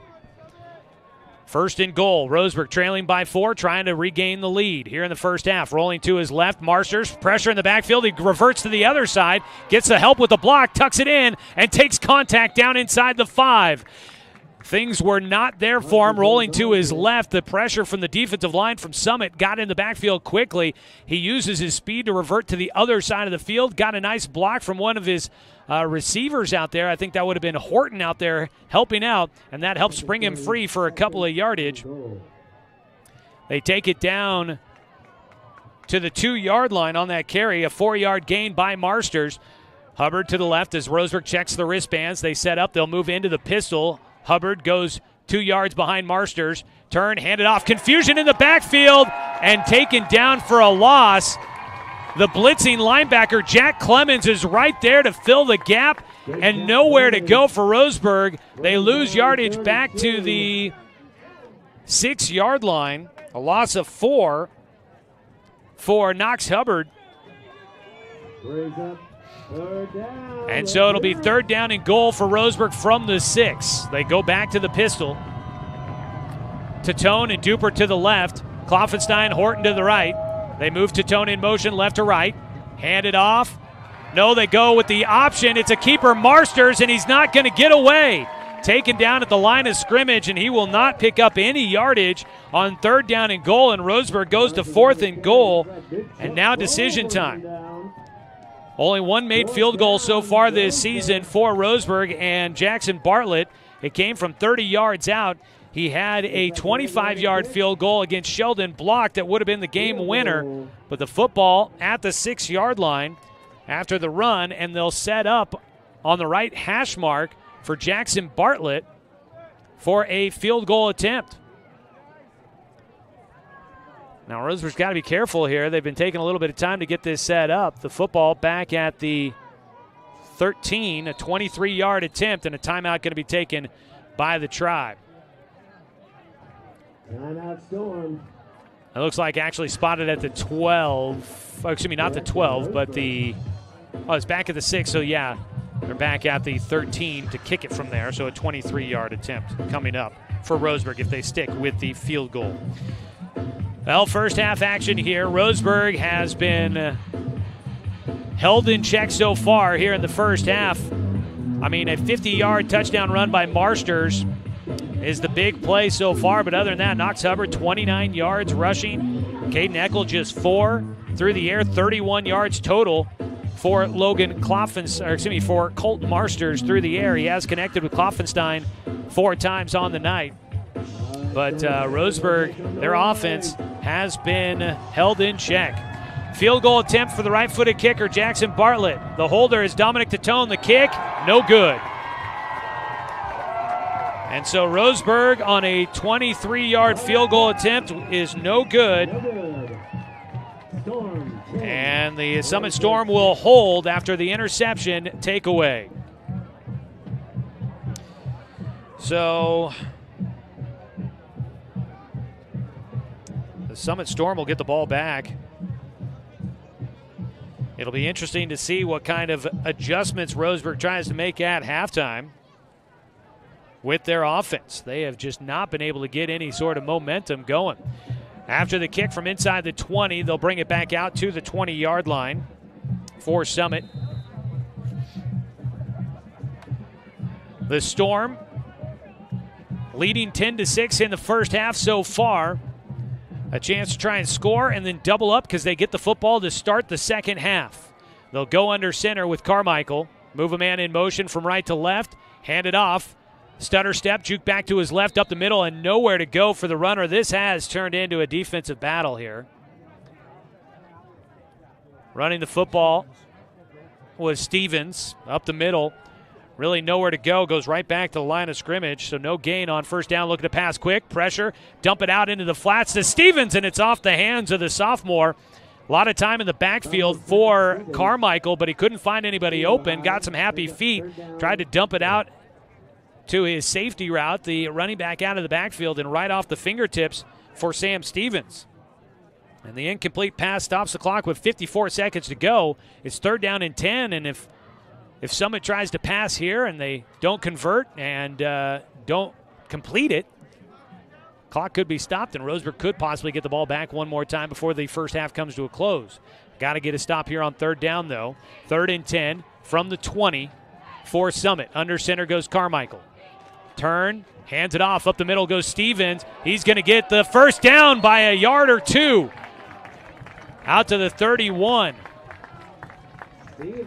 And Sam Stevens will convert.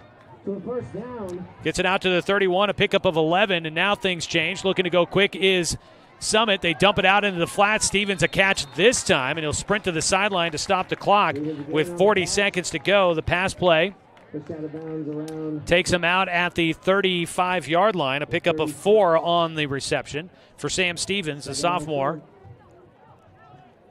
2nd down and 6. Clock stopped with 40 seconds to go. Summit leading 10-6 in this ball game. They'll set up in the shotgun for Carmichael. 2 targets to his right. Looking to pass. Looking down to his right, nobody there. Pressure, flushing him out of the pocket. Still looking downfield. He'll toss it away into the sideline. Incomplete to stop the clock with 32 seconds to go. He'll live to see another play on 3rd down and 6. Just didn't see what he wanted to see downfield as he sprinted away from Braden Steinacre, applying the pressure in the backfield. 32 seconds on the clock. Another 3rd down attempt coming up here for the Storm. I don't have them in front of me, but I would imagine a pretty good conversion rate right now on 3rd down for Summit. Roseburg had only been allowing teams to convert 32% of the time coming into this matchup, but it feels like they've been able to convert most of them. 3rd down and 6, looking to pass, rolling to his right. Has a man coming back to the ball. It's caught. That's good for a first down, I think. If they give him the forward progress, it might be a yard shy. Kind of depends on the spot. They give him out to the 42, and I think that's going to move it. Pass play goes to Ethan Carlson. They put him at the 41, so it was a pickup of 6, and it does move the chains. So they got to move the chains on the far side. They'll spike the football to stop the clock with 15 seconds to play in the first half. Still show one more timeout on the board for Summit, but they stop the clock with the spike, so it'll be 2nd down and 10 on the incompletion.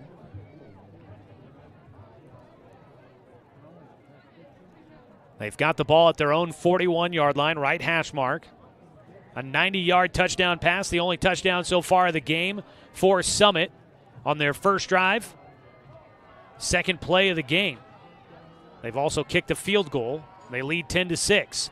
The pass near side, caught, and out across the 50 to the Roseburg 48. Catch made by Charlie Ozelin into Roseburg territory. That's a pickup of 11 through the air. Moves the chains again. The ball goes out with 9 seconds left to play. Now, they've got the big boot of Soren McKee. Hit a 50-yarder last year. Still got a ways to go to get to that kind of range, but with a kicker like that, they could be starting to feel like field goal range is coming up. Shotgun snap here for Carmichael. 9 seconds to play in the first half. Looking to his left, throws, caught, and taken down at the 42-yard line. And the clock should be running unless they did call a timeout. So out to the 42. The pass complete for 6 yards. It was Brown on the catch for Summit. And at the 42, you think, 17 yards from the 42, you're looking at a 59-yard attempt on a field goal if they were to even try it. It sounded like the crowd was getting loud, the team getting excited about the possibility, but 59 seems like a big number there. As a timeout taken by Summit.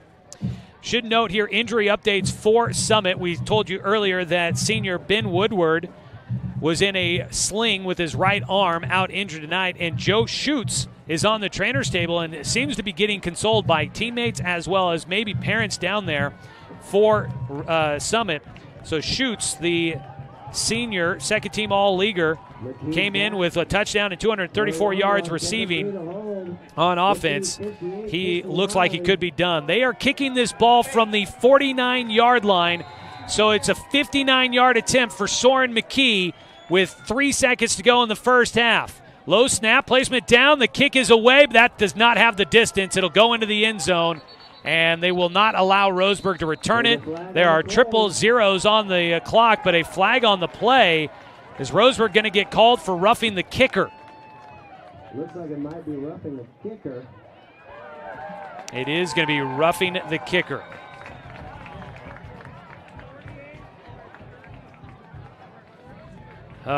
That kick was probably about 8 yards shy, if not more, of getting close to the field goal post. So they didn't even have a chance of getting it, but now they're going to get a 15-yard, 5 or 15. I'm not sure. They do get 5 yards, so it'd now be a 54-yard attempt. It was about 8 yards shy or 9 yards shy on the last attempt. For Roseburg, a penalty. Moves the football down to the 37. So they set up the holder is at the 44-yarder. A 54-yard attempt by McKee. His kick is going to be short again, this time by about 5 yards. And that field goal miss will end the first half. So it is 10-6. Summit in front as we go to the halftime break. The Storm have a 4-point lead, and they will be getting the football to start the second half. We'll come back with your halftime show. We'll take a look at that first half and how things played out. We'll get you a look at our stats from the first half, recap the scoring, and try and get you some score updates from other games going on around the 6A classification and in the Umpqua Basin tonight. Joey Keyran with you as we bring you Roseburg football tonight in the second round of the OSAA On Point Community Credit Union State Championship Playoffs. Back with the halftime show on 541radio.com and on the Score, 92.3 FM and 1490 AM.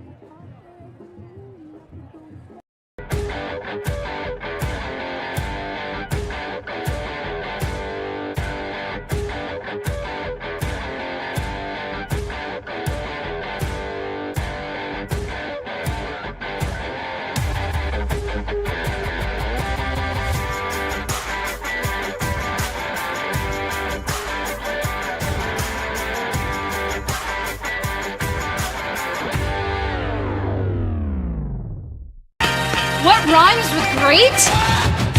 Participate. Where does greatness start? Here, in the classroom. On the stage. In the pool. On the field.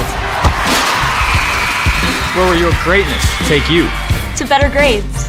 To more friends. Yeah! Be great. Participate!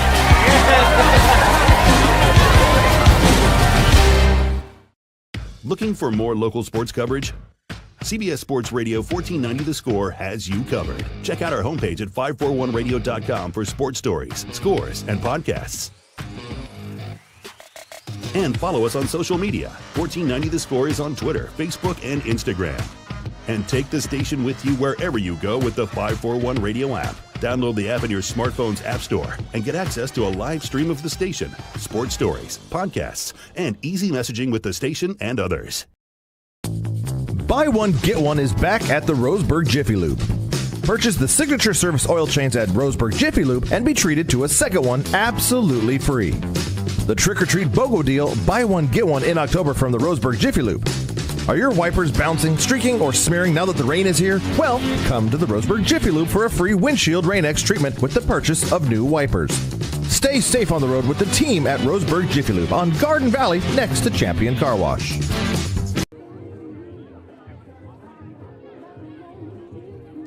Welcome you back here at halftime from Summit High School in Bend. Your score at the break is 10-6. Summit in front of Roseburg. Welcome in, everybody. I hope that everybody has kind of figured out the situation here tonight. If you are watching on our YouTube channel, thank you so much for tuning in and watching me and the scoreboard. I can't believe we've had as many people tuned in to watch tonight as we've had. But thanks, everybody, for joining us for tonight's broadcast. I'm Joey Keyran. Happy to be with you here on this Friday night from Summit High School. OSAA On Point Community Credit Union State Championships. Second round matchup between Roseburg and Summit, a rematch because Roseburg won 23-7 the first go round in the season opener. But here tonight, it has been Summit's defense really starring against Roseburg, shutting down the Indians' offense, which came in averaging a lot of yards and a lot of points, averaging 43 points a game and 410 yards of offense. Roseburg struggled to find movement. But due to restrictions in the postseason, NFHS Network getting the first rights to refusal of video broadcasting. Summit is an NFHS member, so they are streaming the video of tonight's game. So you could watch it on the NFHS Network. I'll let you know that. If you really want to see it, you can go find it there. But it will cost you to watch that broadcast. We bring you this completely free. But tonight, because of that, we are unable to do our own video stream like we do normally for Roseburg football. So we've been making the most of what we've had, and appreciate everybody tuning in to join us on the broadcast here. First half action as we take a look at it. At the end of one, it was 7-6. Summit in front of Roseburg. Roseburg started out the game with a 9-play, 84-yard drive, capping off with a 50-yard touchdown run by Colton Marsters, the senior, his 18th rushing touchdown of the year. It was a fourth down attempt, and Summit played up near the line. Roseburg got just enough of crease to get Colton through, and Marsters took it to the house. The PAT was missed, though, as Roseburg has struggled with their kicking game here tonight. It was 6-0 with 7:36 to go in the first quarter.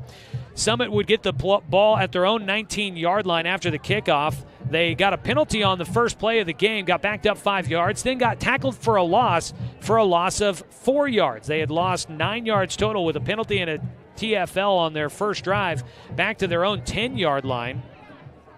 And back at the 10 on the second offensive play of the game for Summit, their tight end gets free in the secondary. It was Lucas Steffen who is able to get behind the defense, had enough speed to outrace the rest of Roseburg's defense, and Steffen would take it to the house from 90 yards out. The PAT was good, and Steffen would help put Summit on top, 7-6.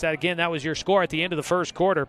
In the second half, second quarter, just 3 plays in, it was Soren McKee, the kicker for Summit, that put through a 22-yard field goal to make it 10-6 early on in the second quarter. And then it's been punt, an interception. Colton Marsters picking off the quarterback, Hogan Carmichael, on a tip drill, and he would return it near the red zone. Then Roseburg would get into the red zone. The Indians would get all the way down to the 2-yard line, but then got tackled for a loss back to the 6, and a run for no gain set up 4th down and goal from the 6. Roseburg elected to go for the field goal attempt, but they missed that there, and they remain down 10-6 here at halftime. The first half coming to a close as Soren McKee first tried a 59-yard field goal attempt, but got roughed in the process of doing so. So they moved it 5 yards forward, and they gave him a second look, and Soren McKee this time missing from 54 yards out to end the first half. Summit will get the ball to start the second half of tonight's ball game, so stick around for that. When we come back, we'll take a look at individual statistics from the first half of tonight's contest. I'm Joey Kieran. This is Roseburg football here on The Score. It is presented by Fisher's Hearth and Home, serving Douglas County for over 30 years with the largest selection of wood, gas, and pellet and electric stoves and fireplaces in the area. Also brought to you by Mahalo Heating and Air Conditioning. You can get 0% financing for 72 months on approved credit now at Mahalo Heating and Air. Stick around. We'll take a look at the individual numbers from the first half and team numbers as well. This is Roseburg football on 541radio.com and on The Score, 92.3 FM and 1490 AM. Hey there, sports fans. Thanks for watching this local sporting event online at 541radio.com. Did you know there's more than one way to watch games online? You can watch games on your laptop or desktop computer, your tablet, or even your smartphone just by going to 541radio.com. But we also use YouTube to stream all of our video broadcasts, which means you could be watching this game on your big screen TV with a number of different streaming devices. You can stream our live YouTube broadcast through your PlayStation or Xbox gaming device, or through streaming devices like Google Chromecast, Apple TV, or Roku. There's plenty of ways to follow this live local sporting event. Plus, you can find past events archived on 1490 The Score's YouTube channel. Find us on YouTube and subscribe today to keep up with the latest in local sports coverage.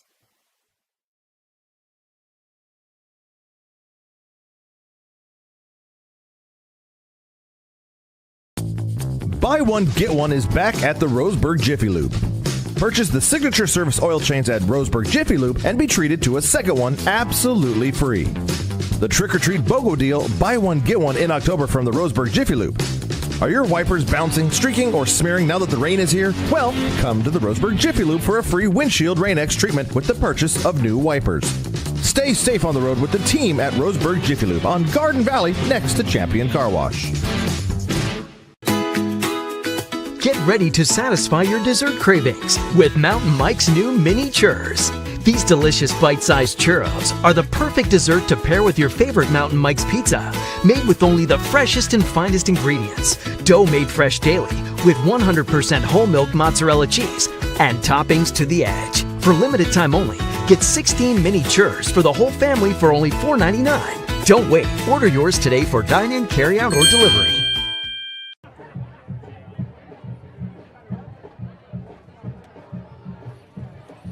Back here at halftime, Joey Kieran with you. Stick with us for the postgame show when we name tonight's Mountain Mike's Pizza Player of the Game. That's Mountain Mike's Pizza the way it ought to be. We've had a lot of great players of the game throughout this season. It has been a heck of a year for Roseburg, but their season is on the line. Going into the second half, they trail 10-6 here at the break from Summit High School. Taking a look at some of the numbers from the first half passing tonight. Colton Marshers is 5 of 9 through the air for 31 yards. Landon Duper was 1 of 1 for 15 yards for Roseburg on a little bit of a trick play there, finding a Logan Kloffenstein. Hogan Carmichael, 9 of 15 through the air. 170 yards for him, 90 of those, though, coming on a big completion to the tight end, Lucas Steffen, for a touchdown. He's got the one interception to go along with that touchdown. Roseburg now has 2 interceptions against Carmichael. Those are the only 2 that he has thrown this season. On the ground, Marsters, 4 carries, 50 yards, has a touchdown, but he has a 50-yard touchdown and 4 carries, so that means the rest is not going all that well for him. Caden Eccles, 7 carries, just 4 yards. Knox Hubbard comes in, 5 carries for 29. On the other side for Summit, on the ground, 6 carries for 12 yards for Sam Stevens. Ryan Powell, 6 carries for 16 yards. So pretty much what we're saying, not a lot of room to run on the ground for either of these teams so far. Through the air receiving, Landon Duper, 2 catches, 11 yards. Logan Kloffenstein, 4 for 40. Dominic Tatone, 1 for 2 yards. And receiving for Summit, Steffen had 2 for 115 yards in that first half, and a touchdown there. And also Oslin, 2 catches for 33 yards. on the day. Those are the leaders so far through the air for Summit. Again, our score at the halftime break is 10-6. We've got the second half here coming up, and looking forward to that. Want to remind you that without the help of our sponsors, high school sports here on the Score is not possible. So if you get a chance to help support some of these local businesses in the Umpqua Basin, we would greatly appreciate it, and so would they. Good Vibration Solutions for home theater and automotive audio. You can feel it at Good Vibes. Plus, we want to say thanks to DC Farmers Co-op, where everyone is welcome to shop, and thanks to Cascade Community Credit Union, belong to Douglas County. And don't forget, as we make our way through the postseason, the playoffs brought to you by On Point Community Credit Union. They are a proud sponsor of the OSAA State Championship. On Point is Oregon's largest locally headquartered credit union, serving more than 455,000 members. Visit onpointcu.com. On Point is federally insured by NCUA, Equal Housing Opportunity. We need to get in a quick legal ID before we take our final break of the halftime show, so let's go ahead and do that right now. Roseburg trailing 10-6 at the halftime break here on the Score, 92.3 FM at 1490 AM.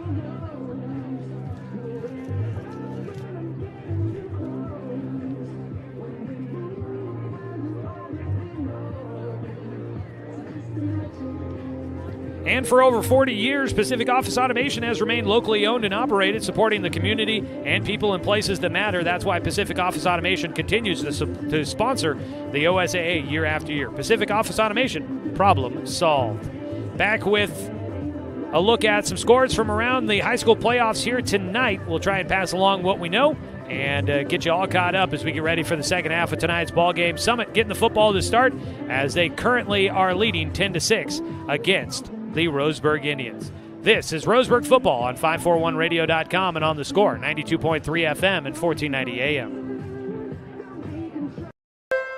Deciding where to purchase your next vehicle is just as important as the vehicle itself. At Roseburg Honda, our seasoned staff is dedicated to matching you with the right car. From sales to service, our goal is to make sure all of your needs are met, and you leave our dealership feeling good every time you visit. No need to waste your valuable time driving up and down the freeway when the ultimate car buying experience is right here at home. Can do what you were meant to do. Proclaim your sales message to the largest audience of any media company in Douglas County. Brook Communications dominates through the power of 5 radio stations and 541radio.com. Results amplified. Locally owned. Brook Communications. Something.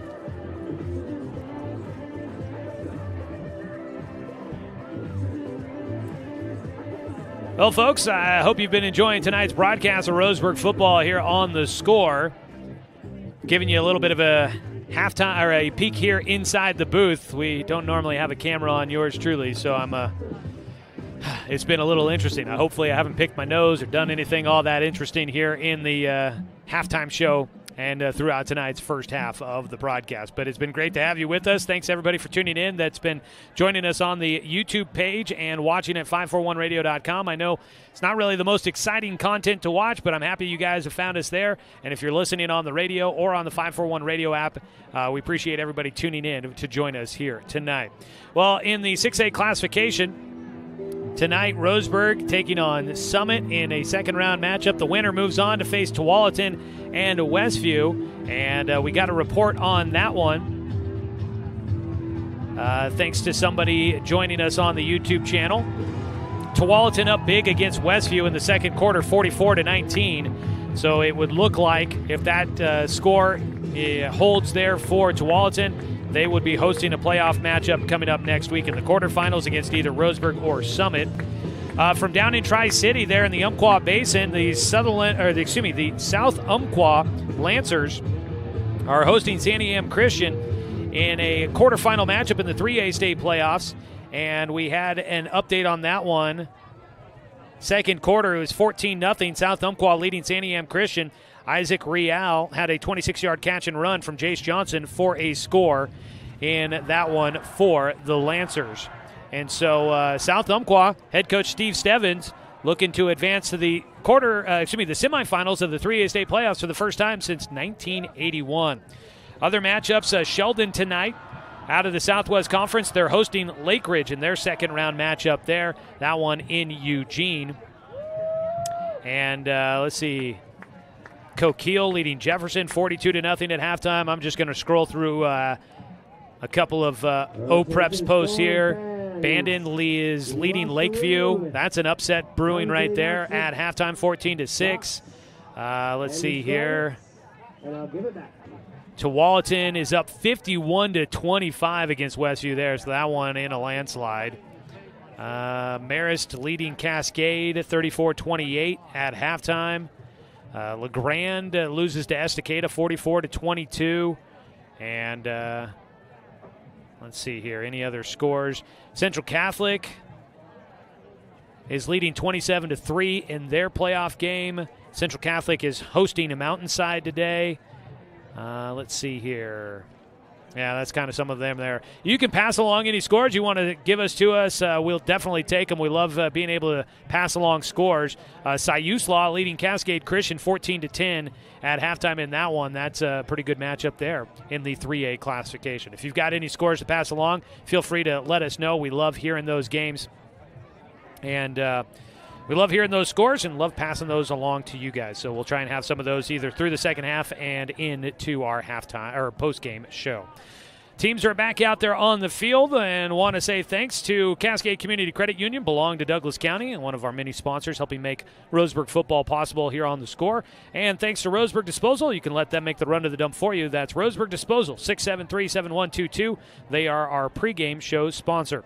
Other scores to pass along to you here from outside of high school sports tonight. Portland Trailblazers finally break the seal. They get their first win on the road. Portland winning 104-92 against Houston tonight. Now 1-6 on the road. They will finish out a 4-game road trip. Still left to go on that one. Also tonight you had some college hoops going on. The Oregon Ducks, Oregon State Beavers, and Oregon State women also in action. See if I can dig those up here real quick before we start this second half. Let's see what Pac12.com has for us here tonight. So, men's basketball, Oregon and SMU, they had a late one up there at Matthew Knight Arena tonight. So that one just underway. You can actually catch that game on our news partner, News Radio 1240 KQEN. The Oregon Ducks leading SMU 21-6 in that matchup. That's the number 13 Ducks. Oregon State suffers their first loss of the season. They were out in Ames, Iowa, taking on Iowa State. They fall 60-50 in a low-scoring affair there for Oregon State in men's basketball here tonight. And let's see if we can check in on the Oregon State women. They had their season opener tonight for the OSU women up at Gill Coliseum. And that doesn't feel right. I thought they were starting at 5 o'clock, but it looks like maybe I must have had the time wrong, because it looks like they're still in the first quarter of that one, and Oregon State leading 18-11 on Loyola Marymount. So a couple of college and pro scores for you there this evening. Well, we get ready for the second half. Kickoff coming up. Roseburg will be kicking it away right to left, wearing their road white jerseys, white tops, white trousers, black numbers on the back. With the black helmets, it's the black tops, gray trousers, and the silver helmets for Summit as we get ready to kick off the second half of tonight's ball game. Roseburg trails 10-6. And they kick it away. Jackson Bartlett with the kick. It's the short pooch kick he normally does, down to about the 36-yard line. The return man for Summit will take it out to the, that was out down to the 26-yard line is where he returned it. He turns it out to the 35. So the 35-yard line is where Summit will start with the football. They lead 10-6. Defensive affair here tonight from Summit High School. The winner of this one moving on to apparently take on Tualatin in the next round of the state playoffs as they are winning big against Westview. Second half action starting from their own 35-yard line. Hogan Carmichael, the junior quarterback, starts out in shotgun, empty backfield, 2 targets to the left side, 2 to the right. Quick pass to the near side to Sam Stevens, and Landon Duper beats the blocker and is there to make the stop. Duper comes up with a big play for Roseburg's defense as they trap Sam Stevens in the backfield. Could have been a big loss, but they give him forward progress not that far back. It goes to the 34, so only a loss of 1 on that completion out into the flats to Sam Stevens. Carmichael will run the play into the huddle as they break it from back at the 20. Moving left to right on your radio dial. Summit up to the football. The center, Carter Nelson, first-team all-conference. Ready for the shotgun snap, dropping back, trying to set up the screen, complete. It's Stevens. He'll make his way, weaving downfield to the sideline. A foot race to the 30, and he trots out of bounds. The field is clean, no laundry on the floor, and out to the 30. Sam Stevens will move the chains, the sophomore, big catch and run. He goes out to the 30, and that is a pickup of 36 through the air for Stevens. Into Roseburg territory come the Storm, trying to put an exclamation point on the start of this second half. A touchdown here with the way these defenses have been playing. Feels like a big one for the Storm. Some confusion as they set up. Carmichael feels like he's missing somebody out there on the field, and it looks like Summit's going to have to call a timeout. Penalty flag is out. The white hat is explaining to the sideline the call here. Roseburg might get a little bit of help. Roseburg hurt by penalties in the first half of this ball game. Again, a couple of injuries for Summit. We've taken some seniors off the field, it looks like. They will wave the flag off, and they will give Summit the timeout, I do believe. So, yeah, timeout down on the field. Let's go ahead and take a 30-second break. Come back with the third quarter here on 541radio.com and on the Score, 92.3 FM and 1490 AM. Buy one, get one is back at the Roseburg Jiffy Lube.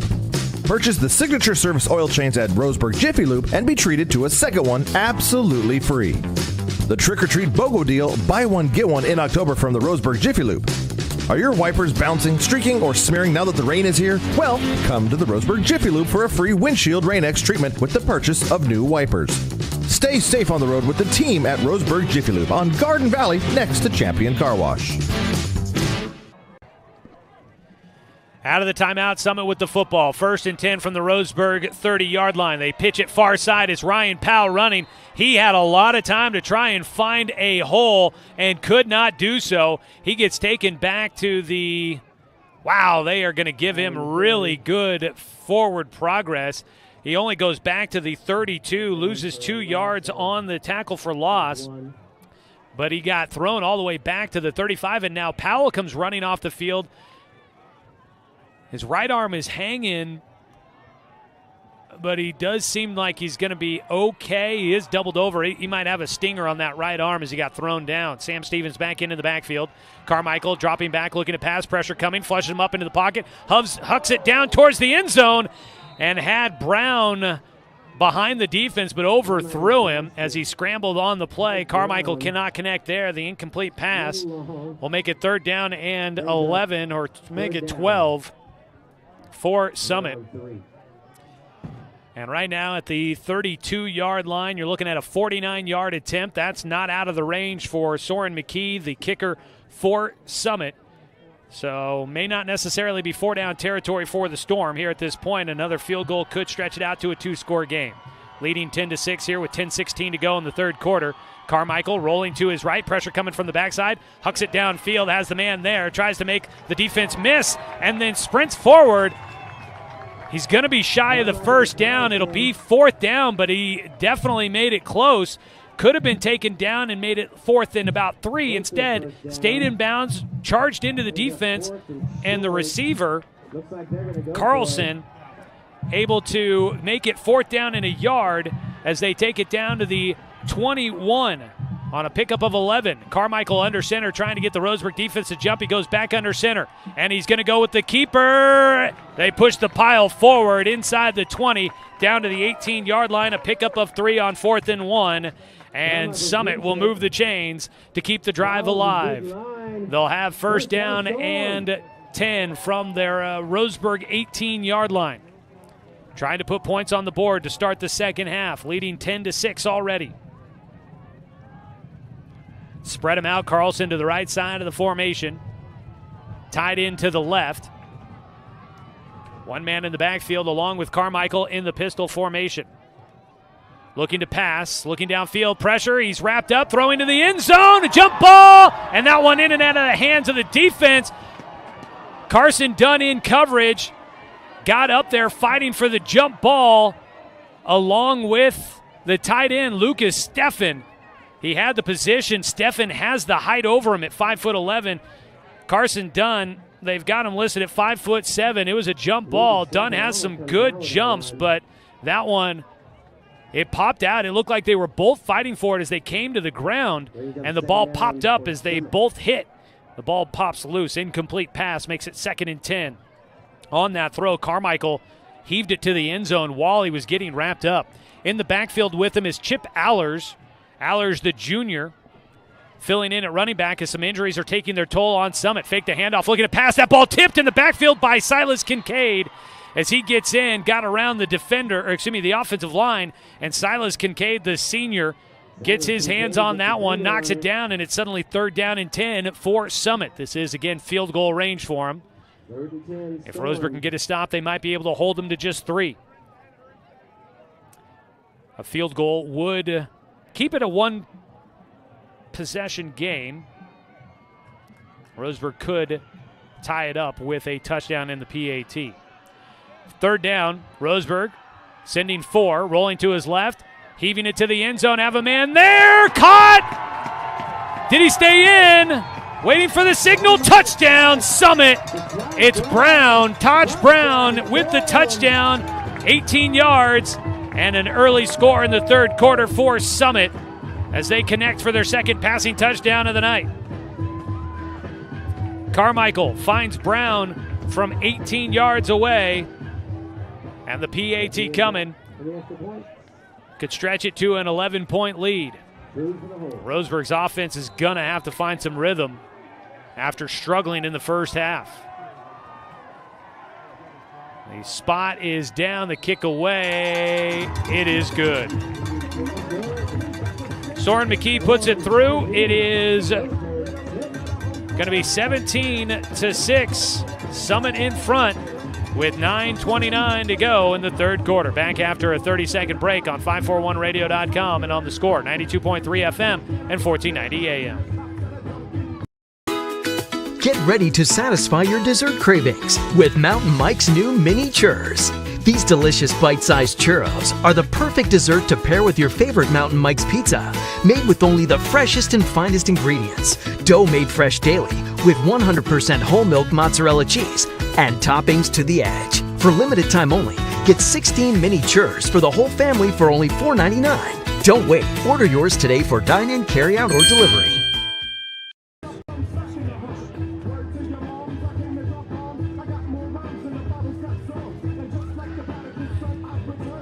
Dear driver, you're invited to save big on a new Toyota. Hurry in today. Visit Toyota.com for more information. Toyota, let's go places. Summit will be kicking away left to right as we continue on in the 3rd quarter. 17-6, Roseburg trailing, needing to get the offense in gear. First half was a bit of a struggle.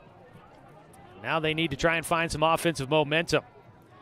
Deep to return, Klopfenstein and Duper. McKee to kick it away, left to right on your radio dial. A big boot sends it to the end zone. It'll be a touchback for Roseburg. Well, Roseburg on that last drive, Summit on that last drive. 9 plays. They go 65 yards, cap it off with an 18-yard touchdown pass from Carmichael to Brown. And the PAT good, so now leading by 11. Roseburg will send the offense out. Colton Marsters in the backfield. Joining him, Caden Eckel. Landon Duper, Dominic Tatone, Logan Klopfenstein, and Hayden Horton, your receivers. Looking to run on the first play. Marsters jukes one man. He's into the secondary. Now he could almost breaks free. Coming up to make the stop. The last man to get him, it is Carlson. Ethan Carlson is stepped in the secondary. They are missing both Ben Woodward and Joe Schutz in the secondary, 2 all-league safeties or secondary guys for this Summit team. And so it's Carlson that steps in. That ball gets out to the 41-yard line, a pickup of 21 for Marsters on first down. He's going to run it himself again, cuts it upfield, spins out of the first tackler, And across out to the 43-yard line, picking up 2. Marsters. You haven't seen him run a whole lot in his last couple of games because, well, he hasn't had to. And he's looking like he's going to start taking some things over here in this third quarter. They're wanting to get back to the basics of running him. Horton spreads to the near side, trips to the far side with Tatone, Kloffenstein, and Duper out there. I believe Kloffenstein in the middle of that trio on the far side. Eckel in the backfield with Marsters. Calls for the shotgun snap. Looking to pass. Slant route, and he had Dominic Tatone. But some contact as he hit with the linebacker, Jack Clemens, and got knocked a little bit there off balance, and Tatone couldn't get to the football. The incompletion will make it third down for Roseburg. Quick there. It'll be 3rd down and 8. Third quarter action for you. 8:19 to go here in the period. Roseburg trailing 17-6. 3rd down and 8. 2 targets either side. Ball on the left hash mark. Tatone moves in motion. Shotgun snap. Trying to set up the screen, and the ball is knocked down. Spencer Elliott, the junior, 6'2", 220, gets in the backfield and swats that ball and knocks it down for the incomplete pass, and Roseburg will be facing 4th down and 8.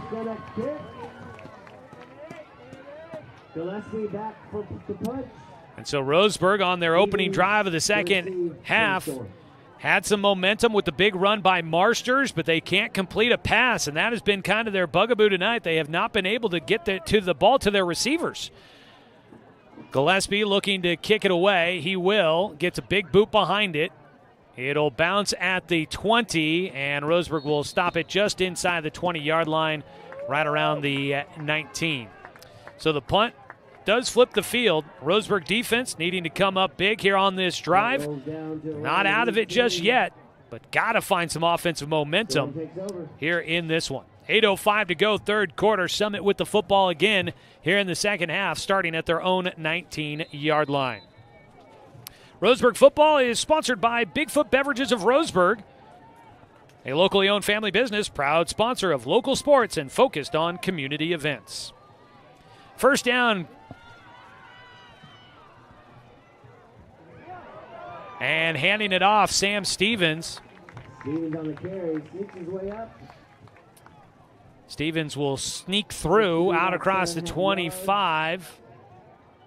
Spot him at the 26-yard line, a pickup of 7 on the run for Stevens. Roseburg with their 4-man front. Linebackers playing a little bit back, more conservative, trying to make sure that they can cover both sides. Both pass and rush has been pretty good for Summit so far in this game. Roseburg, movement up front, and it'll be James Coleman on the left side moving.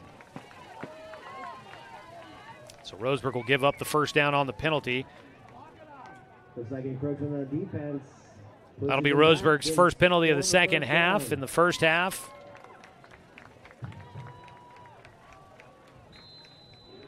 I got him down for 6 penalties in the first half, so 7 total in the ball game. That has been one of their Achilles heels so far in this one. First down and 10. 4-man front, Roseburg. Not sending a lot of pressure. Run coming. They try to fill it and slipping through. Finding plenty of space in the running lane. Sam Stevens out to the 45. And that'll move the chains once again. They go from the 31. There's a storm of brewing. And they run that ball out to the 45, a pickup of 14. Nearing midfield, Summit trying to start pulling away in this one, leading by 11. A touchdown here could really start to feel like they've got control of this ball game. Largest deficit of the season for Roseburg here, if I'm not mistaken. Under center goes Carmichael, and the penalty flag out, delay a game just as the ball was getting snapped. So Roseburg will get some help there as Summit takes too much time off the clock. Now Summit maybe last week against South Medford, they knew they had an explosive offense, and Summit tried to wear the clock off and play a little keep away from the Panthers offense. Throw things in the stands. They tried to keep the ball away from South Medford's offense and did a good job of doing so. Had a drive that took up 9 minutes in the third quarter last week. And now with a comfortable lead with 11, they can start trying to wear time off here in the third quarter. Penalty puts them back at their own 40-yard line. Looking to pass, rolling out of the pocket, going to tuck it and run. Carmichael to the 50, juke move, gets to the 40, still on his feet, and he's still on his feet, and he's into the 20. He's at the 10. Nobody's going to catch him. A touchdown. Summit will put another one on the board here in the third quarter.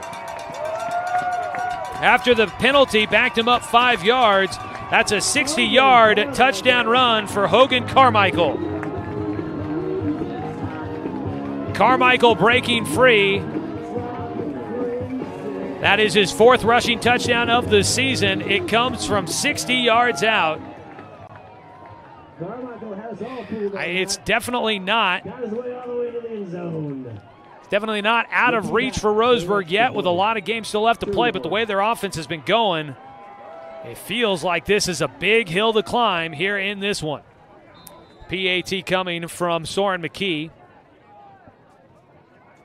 Right-footed kicker gets it away, and it's good. Back-to-back scores by Summit here in the third quarter, and they are on top 24-6 over Roseburg with 6:02 to play in the third quarter. Back after this 30-second break on 541radio.com and on the score, 92.3 FM and 1490 AM. Deciding where to purchase your next vehicle is just as important as the vehicle itself. At Roseburg Honda, our seasoned staff is dedicated to matching you with the right car. From sales to service, our goal is to make sure all of your needs are met, and you leave our dealership feeling good every time you visit. No need to waste your valuable time driving up and down the freeway when the ultimate car buying experience is right here at home. Roseburg Honda. We treat you like family. Come on, fat soul, and just bust the move.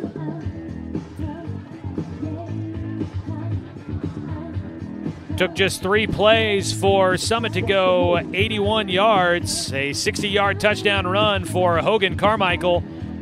Gets the Storm on the board again here in the third quarter. They lead 24-6 with 6:02 to go in the contest. Or excuse me, here in the third quarter of this contest. Tonight's game brought to you by Dr. Lance and Randall. Open and accepting new patients. Call them at 541-378-6694. Well, Roseburg's got to get some positive momentum on offense. Trailing now by 18. This looks like their largest deficit of the season. Somebody watching on YouTube pointing out that it was 49-34 at one point in that Sheldon game. That sounds about right, which would be a 15-point deficit. So back when it was 11 and I said it might have been their largest deficit, looks like it was not quite at that point, but it is now. As Roseburg has some ground to make up. The kickoff away for a touchback.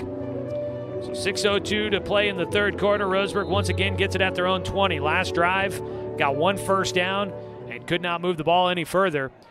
Marsters will set up in shotgun with Caden Eckel to his left. Back at his own 15 in shotgun, and he's going to take off, try and run. He ran into a wall but slips through it. Now he gets into the secondary and out across the 30. Marsters will have the first down. Gets the carry out to the, let's say the 33-yard line is where they spotted a pickup of 13 on the ground for Marsters here on this turf field at Summit High School. Looks like the rains have held off for us pretty much most of the night. It was sprinkling a little bit before the game got started, but I think that was about all that we've seen here, although temperatures in the low 50s. Shotgun snap, handed off, Eckel running, tries to bounce it to the outside. He gets upended. Defender trying to pull his legs out from underneath him and slam him down. Another defender in there up along that front line. Hank Brundage and Spencer Elliott both helping bring down Caden Eckel. The sophomore runs to the 35-yard line for a 2-yard gain, 2nd and 8. Offense back out there for a second time for Roseburg. Marsters dropping back, looking to pass, going to go on the seam route down the sideline. Landon Duper there with the catch. He's into Summit territory, taken down from behind. They'll mark him down at the 23-yard line, and Roseburg with the big pass play they've been waiting for all night. And that'll be a 42-yard pass completion to Landon Duper from Colton Marsters. And Roseburg maybe getting some momentum in their direction. Need a quick score here. That would feel real good for this offense. Marsters sets him up on the left hash mark down at the 23-yard line. Fakes the handoff, looking to pass. Pressure coming. He'll roll out. He throws out to the right side, and not enough muster behind it to try and get that out to Logan Klopfenstein, who is coming back to the football. It'll be incomplete. Second down, Roseburg. Second down and 10 for the Tribe.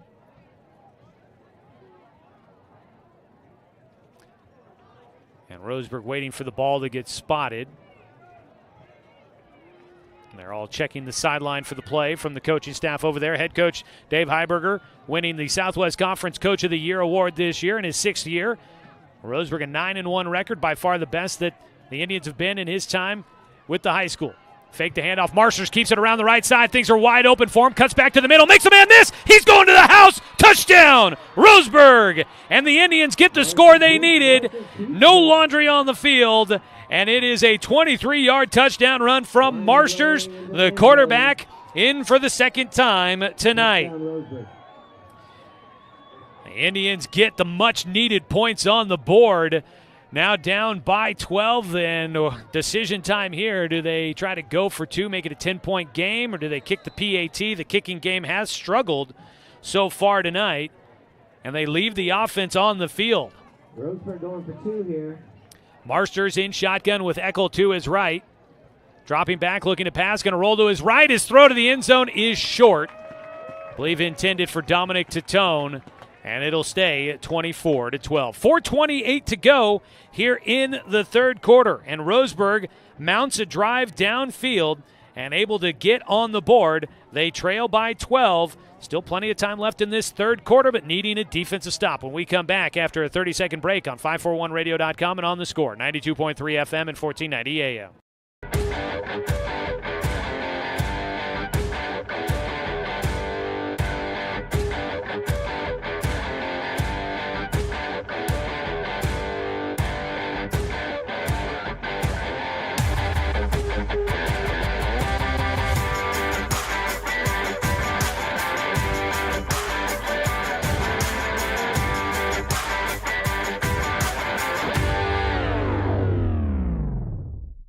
Please not throw things. You will be removed.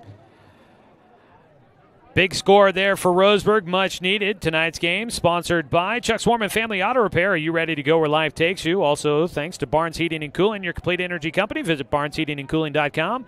Call them at 541-459-1545. Our local sponsors in the Umpqua Basin helping make Roseburg and high school sports on the radio possible this season. 4:28 to go in the third quarter. Roseburg, 5 plays, get a 23-yard touchdown run. The try after failed, and Roseburg trailing 24-12 against Summit here in the third quarter of this playoff matchup. Another high pooch kick down to about the 25, taken there by the return man. Able to get free across the 30-yard line, not all the way to the 35. Summit will have the football. See where they spot that one exactly. It looks like about the 32 is where the Storm will take over. Looks like Storm will take over. So they move the ball out to, they'll put it in the middle of the field right around the 32-yard line for the Storm. Well, Hogan Carmichael did it all on that last drive, leading him down the field with his arm and his leg. Actually he had the big run for the touchdown, but it was 3 running plays on that last drive for Summit. He had a great touchdown pass to start out this third quarter. His team in front, 24-12, 4:21 to go in the third. Move a man in motion, hand it off, running left side, hit as he got the line of scrimmage, got out of the first tackle, but then got hit by a linebacker coming in to fill, and Roseburg up stout with the defensive stop. They drop him for a loss of 1. Sam Stevens on the carry for that one, going back a yard to the 31-yard line. It'll be 2nd and 11 for the Storm. Summit trying to wear some time off the clock here. Tied into the right side, I formation, fake the handoff, looking to pass. They go on an intermediate route, hit as he was throwing, and the pass well short of the intended target, the tight end, Lucas Steffen. Carmichael was trying to throw over the top of some defenders right on top of him, and then Roseburg will force it 3rd down and 11. Chance to get the offense back on the field here if they can get a stop on 3rd down. Summit has been good on 3rd down throughout this evening. The Storm averaging just 25.9 points a game this season at 24 right now here in the 3rd quarter. 3:45, clock stopped on the incompletion. 3rd down and 11. Roseburg not sending any extra pressure, looking to throw. Carmichael flushed up into the pocket, rolling out. He's going to try and run for it, but he gets wrapped up. Roseburg won't let him go, and he gets spun out across the far sideline. And the crowd on the near side for Summit wanting a late hit penalty, as it looked like Carmichael kind of got drugged down, but there was a lot of bodies all over the place. And well, I think we all know I drove over here from the Umpqua Basin, so I might be a little bit biased. I try to play it down the line as best as possible, but it just looked like the other thing is I usually side with the defense as a former defensive player in high school, and it just looked like they couldn't quite get out of the tackle motion in time, and that play just continued to go across the far sideline. So Carmichael only back to the line of scrimmage on that run. No gain. It is 4th down and 11, and out comes the punt unit for Summit. The kick from McKee is away. Carson Dunn calls for a fair catch, and he will make the grab. Sure-handed catch there for also a Roseburg baseball player during the spring season. Dunn will set it up at the 35 for the Tribe. Roseburg, last time they had the football, able to march down the field and score. Now the defense comes up big. Can the Tribe get themselves back into this game with 3:22 to go in the 3rd quarter, trailing by 12? Tonight's ball game brought to you by Tim's Appliance and Mattress at the corner of Lane and South Stevens in Roseburg. 0% financing is always available. Also want to say thanks to B&D Meats. Whether it's for one or for many, B&D Meats in Winston has you covered. Roseburg with the football, 3:22 to go in the 3rd at their own 35-yard line. Move a man in motion, give it to Kloffenstein, going to take it around the end, has some blockers in front to help him out, taken down by the shoelaces. And boy, they have not been generous with the spots out there on the field. Kloffenstein looked like he had kind of fallen forward out to about the 39-yard line, but they cut him back to the 38. So instead of a 4-yard gain, it's a 3-yard gain for Kloffenstein. 2nd down, a long 6. Roseburg with trips to the right side, twins to the left. Empty backfield for Marsters. He's going to take off and run on the quarterback draw, designed all the way. He's got the 1st down, still on his feet, still cuts back to the middle. He's going to get taken down by a host of black jerseys, but he's across the 50 into Summit territory, and the Roseburg senior is trying to put this team on his back and get him to the quarterfinals with a second-half comeback. Marsters with the run, moves the chains. They spot the football at the Summit 48-yard line. So that is a pickup of 14 on the ground for Marsters. Again, empty backfield. They stack Jacobs and Duper to the left. Duper moves in motion, pitch it to him. He's going to stretch it around the far side. He's got the edge and is able to just stretch it a little bit out to across the 45. And a penalty flag out at the very end of that play. We'll wait and see, but they look like maybe pointing at Summit. The penalty flag is right around the end of the play, which was at the 44-yard line. And the cheers coming from the Roseburg sideline are saying you can't do that. Dead ball foul, unsportsmanlike. It's going to be a Roseburg 1st down. So Roseburg with the penalty yardage. They got it down to the 44 on the run by Duper, so he gets credit for the 4 yards, then tack on the 15 afterwards, and they spot the football down to the 29 after the Summit penalty. So Roseburg with 1st down and 10, Summit 29-yard line. Ball on the right hash mark, handed off. It's Hubbard running left side, lowers his shoulders into the defense, tries to push the pile by a couple of yards, gets it to the 26, and whistles blowing here. We've got an injured player down on the field for Summit. No, I thought whistles blowing for the timeout. They did not. Clock is still running. 1:36 to go here in the third quarter. Back up to the line quickly after Hubbard's run takes it down to the 27, a pickup of 2. Marsters in shotgun, fakes the handoff, looking to pass, going to go down the sideline, coming back to the football, and they're letting him play out there. That was Landon Duper, intended on the back shoulder pass to the far sideline, incomplete. And the clock will stop with 1:20 to go in the third, and it's suddenly 3rd down and 7 for Roseburg. Ball at the 27-yard line. Got to get it down to the 20 to move the chains. Could be 4-down territory, most likely here for Roseburg, trailing by 12, 24-12. With 1:20 to go, third quarter. The defense jumping. You got to throw a flag. They don't throw a flag. They've done that against Roseburg throughout this game.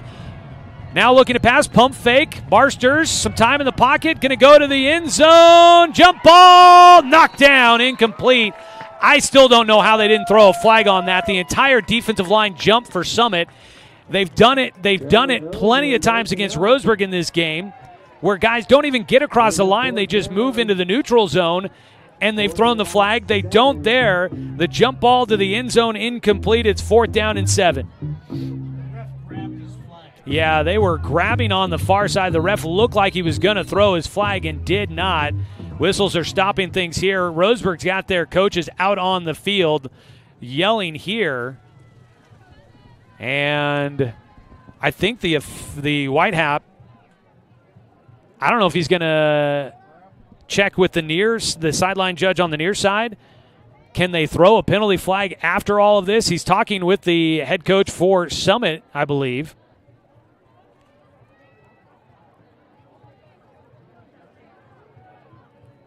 And maybe they are just,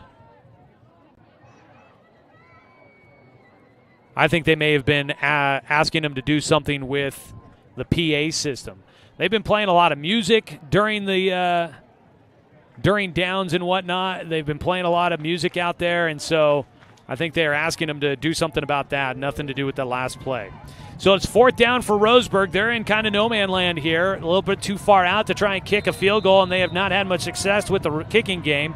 Too close in to try and go for a punt. So the offense on the field, empty backfield for Marsters.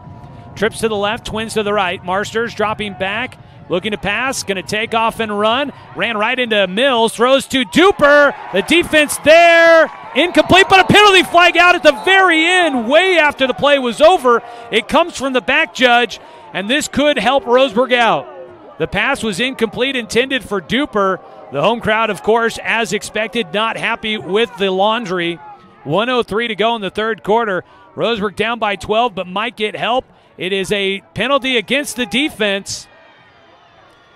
If it's a 5-yard variety, Roseburg would still have 4th down. No, automatic 1st down, Roseburg. And the defense committing the penalty for Summit. Roseburg bailed out here.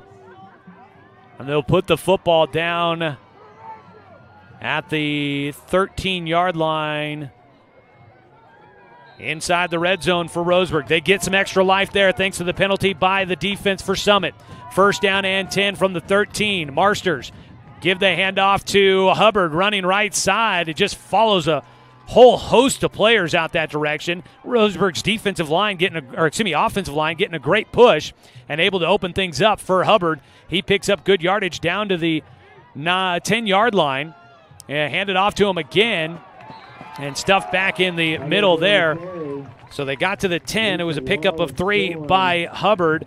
Now they take it down to the 7-yard line. Pickup of 3 again. It'll be 3rd down and 4 for Roseburg's offense. Trying to get into the end zone before the end of this third quarter. 20 seconds and counting. Marsters taking some time, down to 18 seconds in shotgun. Hubbard to his right, faked the handoff, looking to pass. Had a man all over the back of the receiver, Landon Duper, and the pass incomplete. Letting a lot get away out there on the offense or the defensive side. But now once again, it's 4th down for Roseburg. They can get a 1st down inside the 5-yard line. Got to get it to about the 4. It's 4th down for Roseburg at the 7. Duper to the near side along with Tatone. 2 targets to the far side, Horton and Kloffenstein. Pistol formation, Hubbard behind. Shotgun snap, rolling out to his left. The naked boot for Marsters. Going to take it himself to the 5, to the goal line. A penalty flag is out. It's a touchdown if the penalty is not against Roseburg. Marsters into the end zone. But it looks like it's in the area of a possible hold against the Tribe. Waiting for the call.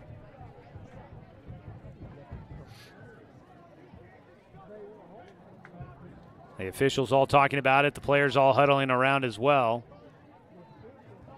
Summit kind of almost looks like they're reacting like it may count as a touchdown. Waiting for the call here. Hold. Nope, it is a hold against Roseburg. So the play's going to come back. Marsters running for a touchdown on 4th down. The ball back out to the 11.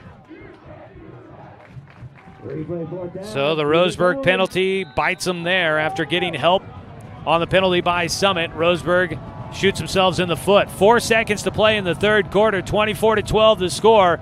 Roseburg 4th down and about 8. They move Duper out of the backfield, out to the slot on the right side, trips that direction. Rolling that way is Marsters. Looking to the end zone. Caught! Is he in? No signal. Touchdown, Roseburg! On 4th down, they connect on the far side. I think it's Landon Duper. And the pass complete to Duper for the score. Roseburg in from 11 yards out, and they still have life in this one. Number 24. Roseburg 18, and an extra point coming up. The extra point for the Tribe. This one 11-yard pass completion from Marsters to Duper.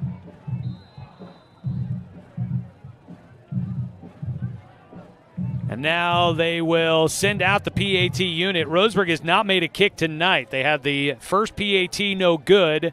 They had a field goal no good. The first PAT was blocked. The field goal attempt was just no good. And now a a point after try here for Jackson Bartlett. Bartlett had come in this season hitting 89%. He'll set up here. They kick. Looks like it splits the uprights. It does. Bartlett's PAT is good. No time left on the 3rd quarter clock, so we will go to the 4th quarter. It is 24-19. Roseburg back in this one as we take a 60-second break and come back with the 4th quarter here on 541radio.com and on the score, 92.3 FM and 1490 AM.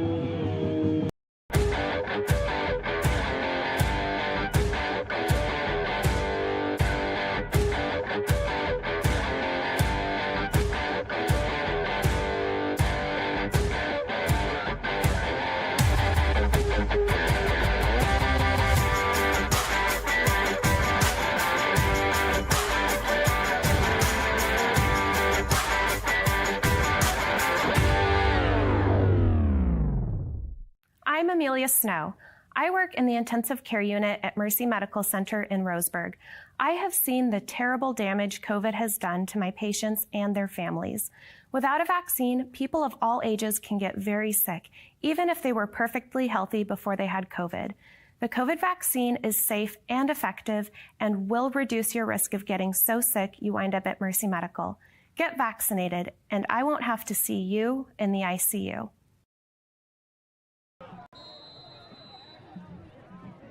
Welcome back for the 4th quarter of this playoff matchup. Roseburg getting in the end zone as the 3rd quarter comes to an end. They'll kick it deep here, and it will go into the end zone for a touchback as Summit will get it at their own 20. The Roseburg driving down the field, a couple of penalties, both sides. A big one on a 4th down attempt. A pass interference call gave Roseburg a 1st down to keep the drive going. They got hit with a holding penalty on what looked like a touchdown run by Marsters and backed him up on a 4th down attempt. Marsters connects with Duper on a toe drag on the far sideline for the touchdown. And Roseburg able to get themselves back within 5 to start the 4th quarter. Roseburg's defense holding Summit to a punt the last time the offense was on the field. They'll try to do it again here as the fourth quarter comes to a start. In shotgun is Carmichael. Bobbles the shotgun snap, passes it out on the far side. Did he catch that football? I thought for sure that was going wide. Incomplete. It was incomplete. No gain on that one. I thought for sure that one was – I was surprised it didn't continue on to the far sideline. He threw a rocket over there, but he hits the low outside corner just a bit outside. It looked like it was going to just go skipping across the far sideline, but got knocked down. Incomplete. 2nd down and 10. Clock stopped with just 3 seconds off in the fourth quarter. Carmichael in shotgun. 2 targets to his left. He looks that direction. Going to pass out into the backfield to the running back. And trapped at the line of scrimmage. Nowhere to go for Sam Stevens. So the pass complete, and they actually drop him for a 1-yard loss back to the 19 on the pass play. Stevens loses a yard, and it's 3rd down and 11 for Summit. And they were playing with some confidence early on in this second half. And now maybe feeling a little bit of pressure as Roseburg's defense trying to stand stout. And the offense has shown a spark of life here in the second half. 4-man front for Roseburg. Not sending extra pressure. Looking to pass. Carmichael goes with the in route. Caught. And that should be good for the first down. Charlie Ozelin with the catch in coverage. Eli Jacobs gave him just too much of a cushion on the in route. Ozelin with the catch. That's been there a couple of times, and he moves the chains. Football out to the 37-yard line. 37-yard line. 32-yard line. Yard markers are tough to see. This turf field looks like it's getting towards the end of its life here at Summit High School. Out to the 32, so that is a pickup of 13 through the air. They needed 11 and got just a couple extra. 1st down and 10. They go with the jumbo set, pitch it to Stevens running left side. He had enough blockers to get into the secondary, spins through a couple of tackles, and Gillespie will bring him down. The run good for another first down as he gets near midfield. Out to the 47-yard line, a pickup of 15 by Stevens. And the sophomore back doing some big carrying for the Storm, and most importantly, helping the clock continue to tick here in this fourth quarter. It's an OSAA On Point Community Credit Union State Championship 2nd round matchup between Roseburg and Summit. The winner moves on, looking like they'll play against Tualatin next week. I formation. Move a man in motion, the fullback from right to left, pitch it back to the left again. Same play for Stevens. He waits for things to develop and just follows all the blockers. Doesn't have to really do a whole lot, just kind of continue to follow the black jerseys, and he's got about 5 yards. It was Powell on the carry this time. Stevens getting a breather. Powell takes it across the 50 out to the 48 on Roseburg's half of the field. That's a pickup of 5 on the carry for the senior running back. Summit responding after Roseburg's last touchdown drive. Summit responding in a big way, marching into Roseburg territory. 2nd down and 5. Just across midfield. Carmichael dropping back, setting up the screen. It's complete. Powell on the catch. Downfield. He's got space into the secondary, weaving his way back, and Carson Dunn coming up to help make the stop. And that one down inside the 30 to the 34-yard line. A big play for Summit, and they are marching right back with a big answer on this one. A pickup of 14 through the air to Ryan Powell, the running back just slipping through on the screen play. Now the ball at the Roseburg 34-yard line. Set up with the tight end to the right, I formation behind. Hand it to the deep man. It's Powell again, running right side, slips through, gets leveled in the secondary. It's Gillespie coming up to make the hit, but it's close to the first down. They go right to the 20, make it 15-yard line. Second about a yard. So I think actually I was off there. It was the 24-yard line, so that was a 24-yard pass play to Powell. Now they take it to the 15, so that was a pickup of 9 on the run by Powell. Sets it up 2nd and 1. They'll pitch it near side. Running with it this time looks like Stevens. He cuts back in, stays on his feet. He's down to the 5, And Roseburg's defense just cannot bring down these ball carriers. Down to the 5-yard line, a pickup of 10 by Stevens. It's 1st and goal, and Summit coming up with a huge response, leading by 5. A chance to score here would stretch it back to 12 if they can get in with the PAT. Down under 9 minutes to play here in the fourth quarter, 8:35 and counting. Ball at the 4-yard line is where they'll actually spot it. So it's 1st and goal from the 4. Add another yard on that run for Stevens. I formation again. They've just gone jumbo set here and just put a bunch of blockers. This time they go the weak side of the field. It's Chip Allers. He slips out of the tackle by Kloffenstein, but runs right back into the defense. And Allers will go back to the 6-yard line, tackled for a loss. So he loses 2 on it. 2nd and goal from the 6 now for the Storm. Roseburg down by 5. If they can hold them to a field goal, it remains a 1-score game. Roseburg would need the 2-point conversion to tie it up if they can hold them to a field goal here.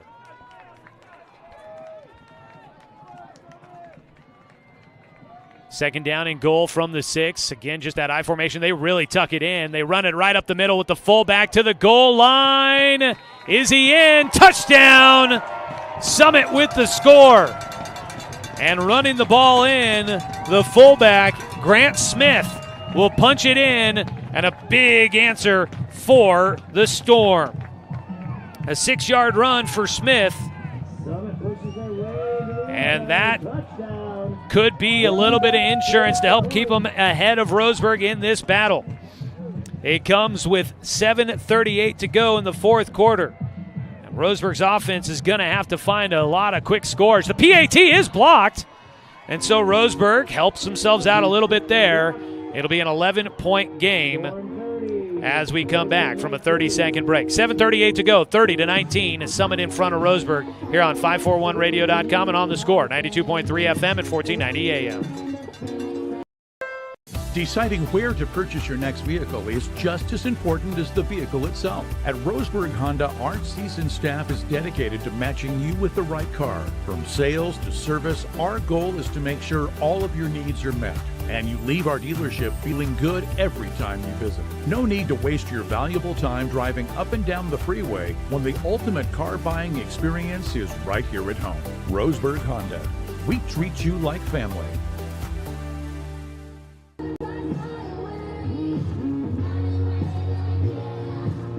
The OSAA is going digital with Hometown Ticketing, the official ticketing partner of the OSAA. Access tickets for all first round through state championship finals via the OSAA website or OSAA Live app. Order your tickets in advance and present your digital ticket at the gate. Convenient, paperless, and easy to use.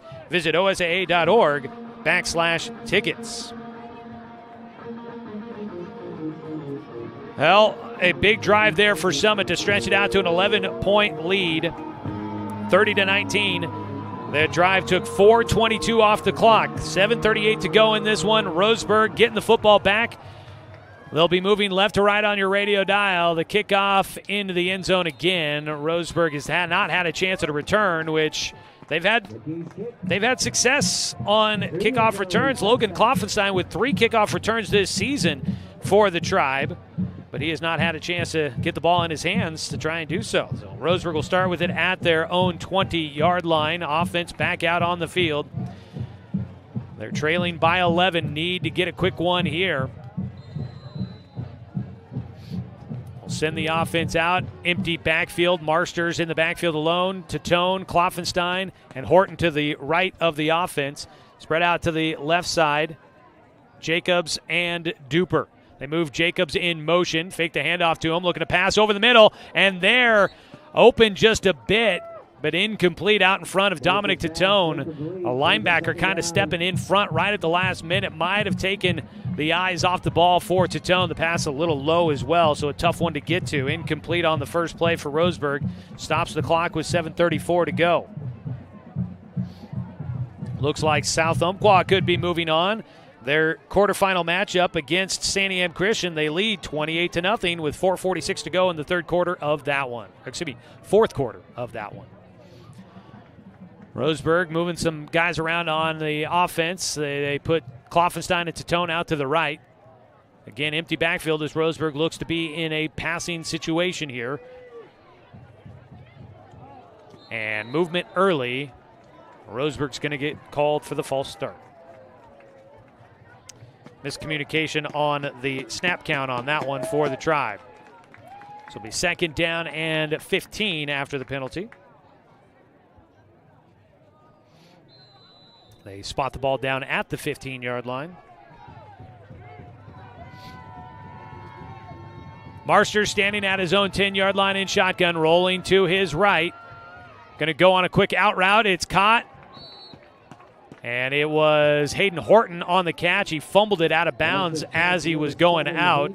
The official says he made the catch. The sideline for Summit all trying to claim that the ball was incomplete. Horton's catch takes it out to the... They spot him just shy of the 25, down to the 22-yard line, a pickup of 7 for Horton. So it's 3rd down and 8 for Roseburg. Rolling to his left. Some space in front of him. Going to go downfield. Has Duper, but it's over his head. Just a little too far out there. And, man, I get the idea, and he had him there, but Marsters had a lot of green space in front of him. Could have possibly taken off for the first down and kept the drive going. Now Roseburg either punts to give it back to Summit with 7:20 to go in the ball game, or they have to go for it here deep in their own territory. They do bring Gillespie out for the punt team. Stands back at his own 11-yard line. Nobody deep to return for Summit as they expect a possible fake. Gillespie will kick it away. It bounces at the 45, takes a Roseburg roll down to the 36. Pick it up, stop the clock. You need the time. Griffin Zymet will do so. And the punt gives the ball back to Summit. And this could be do or die right here for the Roseburg defense. With 7:08 to go in the ball game, Roseburg trails by 11. Summit with the football at their own 36-yard line. And if they can score here, they very well could possibly. A score here could possibly be the final nail in the coffin for the Tribe. It's been a good ball game, but Roseburg just not enough offensively in the first half. And here in the second half, it's been tough sledding. They've gotten some more momentum, but the first half was tough going. Pitch, near side, Sam Stevens with it, finds the seam, he breaks free, up to the 40-yard line, falls forward to the 41. That's a pickup of a little more than 5. Yeah, we'll put it right at 5 yard lines out, or 5 yards out to the 41 on the carry by Stevens. He picks up good yardage on first down, and it's 2nd and 5. Tonight's ball game brought to you by Roseburg Honda. If you've been waiting for the right time to get a new car, now's the time. Stop by Roseburg Honda. They treat you like family because they are family. Up to the line, 2nd and 5. Roseburg needing a stop here to stay in this ball game. They are down 2 scores. Under center goes Carmichael. They give it to the fullback again. It is Smith. He will not break free. He picks up about 3 out to the 43-yard line. Smith with a couple of tough yards. They'll put him at the 43, a pickup of 2. The clock continues to run for Summit. They need 3 yards to move the chains. It's 3rd down. Ball on the left hash mark. It was Tiger Black on the tackle on the last one. Roseburg tied up along the line. A lot of guys up there as they expect the run. Carmichael looks to the sideline. They let the clock tick. Back judge has his arm up in the air. They got to run the play, and the sideline not happy with Carmichael, who comes to the sideline trying to argue his case as a timeout taken by Summit. The play clock about to run out, and they didn't want to give up the penalty yardage. Let's take a 30-second break. Big 3rd down coming up for the Storm and Roseburg's defense after this on 541radio.com and on the Score, 92.3 FM and 1490 AM. Snow. I work in the intensive care unit at Mercy Medical Center in Roseburg. I have seen the terrible damage COVID has done to my patients and their families. Without a vaccine, people of all ages can get very sick, even if they were perfectly healthy before they had COVID. The COVID vaccine is safe and effective and will reduce your risk of getting so sick you wind up at Mercy Medical. Get vaccinated, and I won't have to see you in the ICU. Big third down coming up in the ballgame. Roseburg defense needing to stop. Summit trying to get a conversion. They go with the I formation, and a guy jumped. There we go. They finally blow the whistles. The tight end, Lucas Steffen, jumping early. It felt like it took forever for the whistle to come, but the penalty flag is out, and Summit going to get backed up on third down on the penalty. And so that'll make this a little bit more difficult. The ball back to the 38-yard line. So they back him up. 5 yards on the play. Third down and 8. They move Carmichael now into the pistol with a man a yard deep behind him in shotgun. Looking to pass, pressure coming. He finds a man open over the middle, and a huge grab for the Storm. Carson Dunn in coverage, brings down Taj Brown, and he moves the chains with a huge catch over the middle of the field. Roseburg sent a lot of pressure.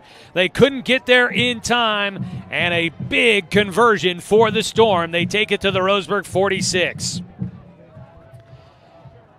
Well, that is a 16-yard completion to Brown.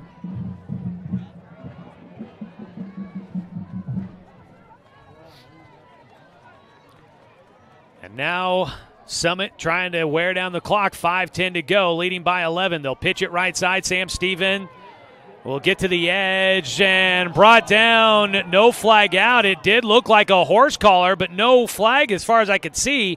Also, Carmichael in the backfield got hit by Steinacre after handing off the football, and no flag there. And Summit trying to call for a flag from the officials and not getting any help. Sam Stevens gets taken down right at the line of scrimmage. No gain on the play. 2nd down and 10. Clock down to 4:39 and counting. Roseburg needs to force a turnover somehow in this one to keep this game alive.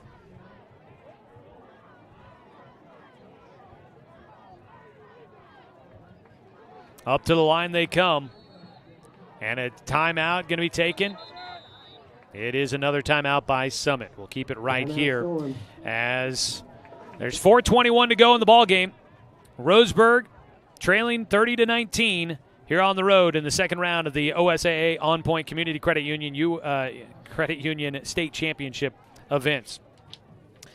Tonight's Roseburg football game is sponsored locally by Flyaway Travel. You can contact their travel experts for your travel plans, now located at 1445 West Harvard Avenue in Roseburg, or give them a call at 672-5701. You can also find help from locally at Fisher's Hearth and Home, serving Douglas County for over 30 years with the largest selection of wood, gas, pellet, and electric stoves and fireplaces in the area. And tonight's game also sponsored by Mahalo Heating and Air Conditioning. You can get 0% financing for 72 months on approved credit now at Mahalo Heating and Air. 2nd down and 10.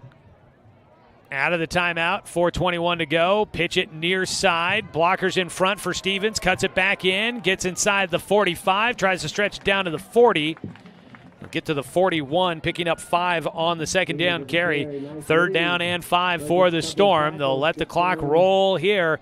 It'll be under 4 minutes to play in the game when the next snap is off. And the time running out on Roseburg's season here in the second round of the playoffs. Summit trying to get revenge for a season-opening loss against the Tribe back on September 4th. I formation under center. Handed off. Chip Allers up the middle, stretches it inside the 40, but he'll be short of the line to gain, down to the 38-yard line. Yeah, they'll spot it just about the 38, a pickup of 3. It'll be 4th down and 2. And it's a long 2 to try and convert here. Starting to sprinkle just a bit here. Looking a little misty out there. Yeah, you can see the sprinkles starting to come in the lights. 4th down attempt. Hand it to Allers again up the middle. And he breaks free. He's got the 1st down. And he's down to the 25-yard line. Allers will move the chain. And that's a big one again for the Storm. And it might just be enough to seal a win here tonight. down to the 25-yard line, a pickup of 13 for Chip Allers. The junior comes in as a big short yardage back, and he moves the chains. They'll start the clock with now under 3 minutes to go, down to 2:50 and counting. They go with the jumbo set. Pitch it to the right side. Allers going to just keep trying to do the hard lifting, and he will move the pile forward inside the 20, down to the 16. That is a pickup of 9 for Allers, and timeout taken by Roseburg as the rain continues to start coming down here in Bend tonight. Well, it was a long trip out here, and it looks like we may be heading home, unfortunately, with the season coming to an end here tonight for your Roseburg Indians. And looks like Summit could be moving on to probably try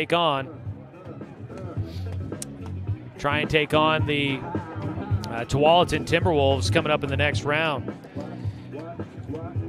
Well, folks, you can stay up to date with everything high school, including news, stories, coaches, polls, and more by visiting OSAA Today. Go to OSAA Today. Go to OSAA.org/today. You can visit OSAA today.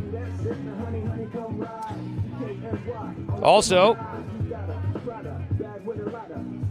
if you want to stay in shape and get involved in a sport that you love and earn money in the process, well, become an athletic official. There is definitely a shortage of officials here in Oregon, and we need you now more than ever. Visit OSAA.org/officials for more information and to get registered. Well, it's 2nd down and 1 for the Storm. They will just give it to Allers again, right in the middle, nowhere to go, but he's still on his feet, slips off the pile. Nobody got hands on him, stays on his feet inside the 10, down to the 5, taken out maybe just short of the 5-yard line, down to the 6. It moves the chains on 2nd down.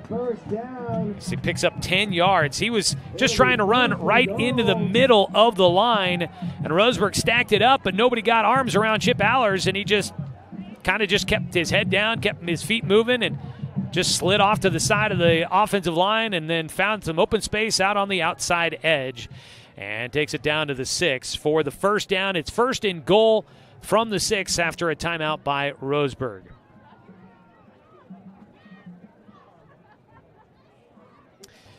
Well, with 2:24 on the clock, it's feeling like this might just be it for Roseburg here. Obviously, it's only a 2-score game.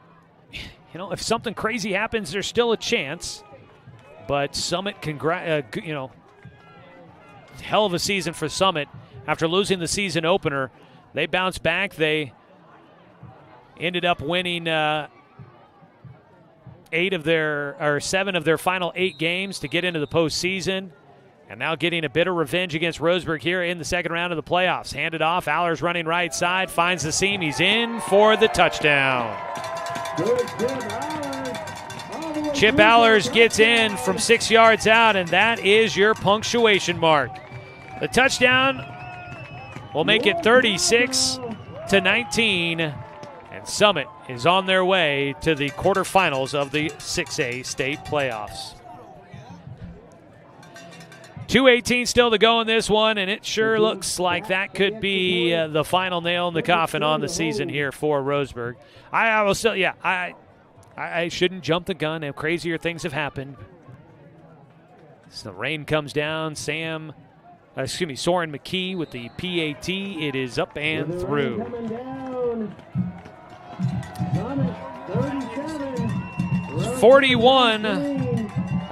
Number 41.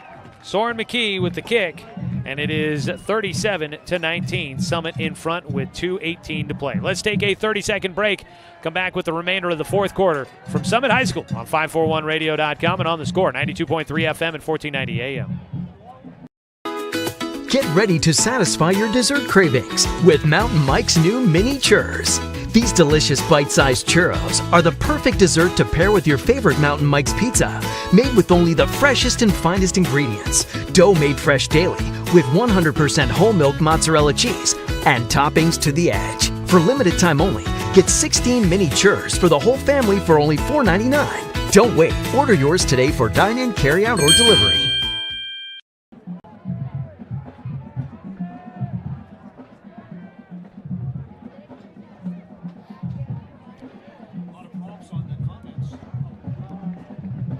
Well, long way to go in this one. If Roseburg wants the miracle comeback finish, they trail by 18.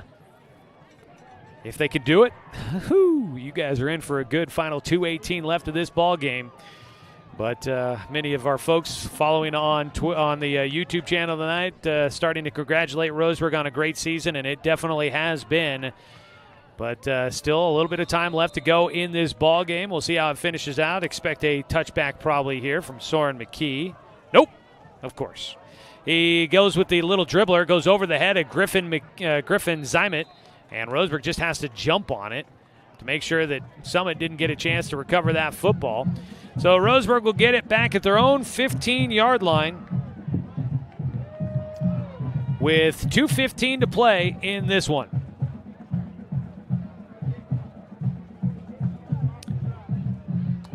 So the offense will come back out. It's been a great season. Roseburg sweeping the Southwest Conference top honors. Offensive Player of the Year, Colton Marsters. Defensive Player of the Year, Tiger Black. Coach of the Year, Dave Heiberger. And 12 first-team All-League selections for Roseburg this year. They give it to the senior Knox Hubbard running up the middle and maybe catching Summit off guard a little bit, going to the run instead of the pass, needing to try and score quickly. And Knox Hubbard able to get a chunky yardage for a first down.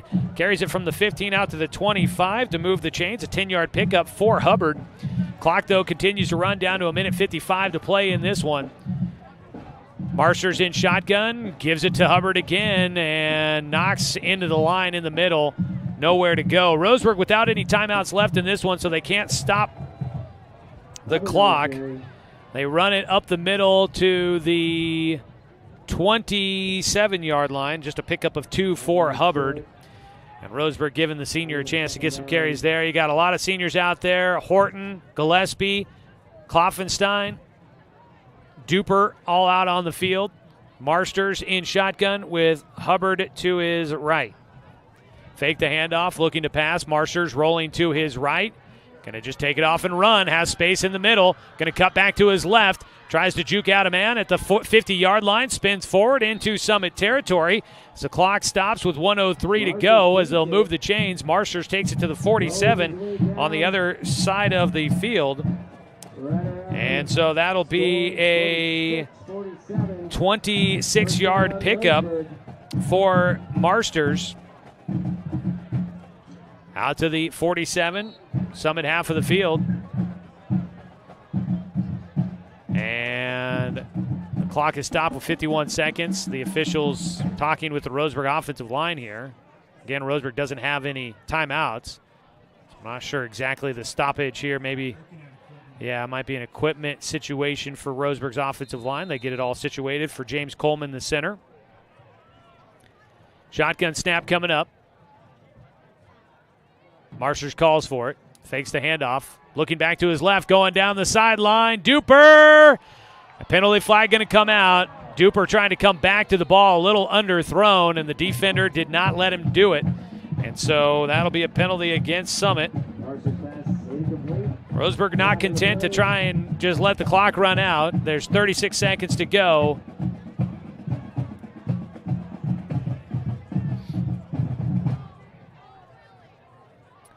So they'll mark off the penalty. It'll take the football from the 47 down to the 32, I believe. That's where they spot it.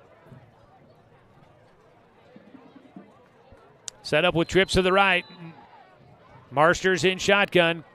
Clock stopped on the incomplete penalty there with the defense. 36 seconds to play. Calling for it. Marsters going to roll to his right now, looking to pass, was initially looking to run. He connects with Gillespie. Penalty flags are out. Gillespie, though, rips it out of the hands of a possible interception by the defense.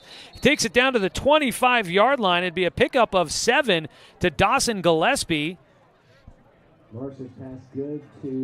And Gillespie didn't have enough for the first down, a pickup of 7. The penalty flags, though, we'll see how that works out. It looked like it was probably a possible pass interference. Officials all talking about it here. 25 seconds left to go in the ball game.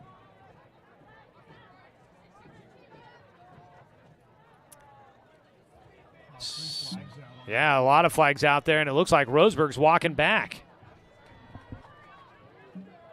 2 penalties. An ineligible man downfield, that penalty declined, and then it's a hold against Roseburg on the other one. So it looked like they initially were setting up to be a quarterback run, and then pressure got into the backfield quickly against Marshers, so he tucked it in and ended up passing instead. Or, I mean, he pulled it out. He had it tucked, was ready to run, pulls it back, and tries to throw.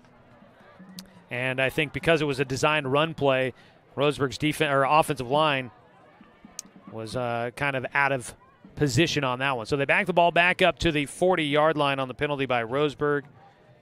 They should start the clock on the whistle. 25 seconds and counting. Roseburg up to the line. They're checking their wristbands. Not overly quick on this one. They get set up. Going to look to pass. Pressure rolling out to his left. Marshers going to run around the edge. Down the sideline, out of bounds. He goes out at the 31-yard line. He'll pick up 9 on the carry. Clock stopped with 7 seconds to go, and one final play for Roseburg. We'll see what they have in store for us here. Try and get one more score on the board, or do they just hand it off and let the season wrap up here? 37-19 is your score. Summit moving on to the quarterfinal round of the OSAA On Point Community Credit Union State Championships quarterfinal matchup. Marshers in shotgun, going to roll to his right. Looking to pass, heading to the end zone. He overthrows Kloffenstein. 2 seconds left, so it'll be 3rd down and 9. They get one more. Intended for Kloffenstein and out of his reach. Hey, you can purchase official state championship merchandise at OSAAstore.com with Rush Team Apparel, the exclusive merchandise partner of the OSAA. You have more options. Customize your gear with your school name, a student-athlete name, event decals, and more. Nike products also available. Browse the selection of the official site state championship merchandise at OSAAstore.com. Final play here for Roseburg in the 2021 fall season. Great year for the seniors, and we'll talk more about it in the postgame show coming up. Hand it off to Knox Hubbard. Running up the middle, has a first down, loses a defender at the 15 and takes it down to the 10, and there it is. The score is final. Down to the 10-yard line on the carry by Knox Hubbard, a 21-yard pickup to finish off the ball game. Summit victorious at home, 37-19.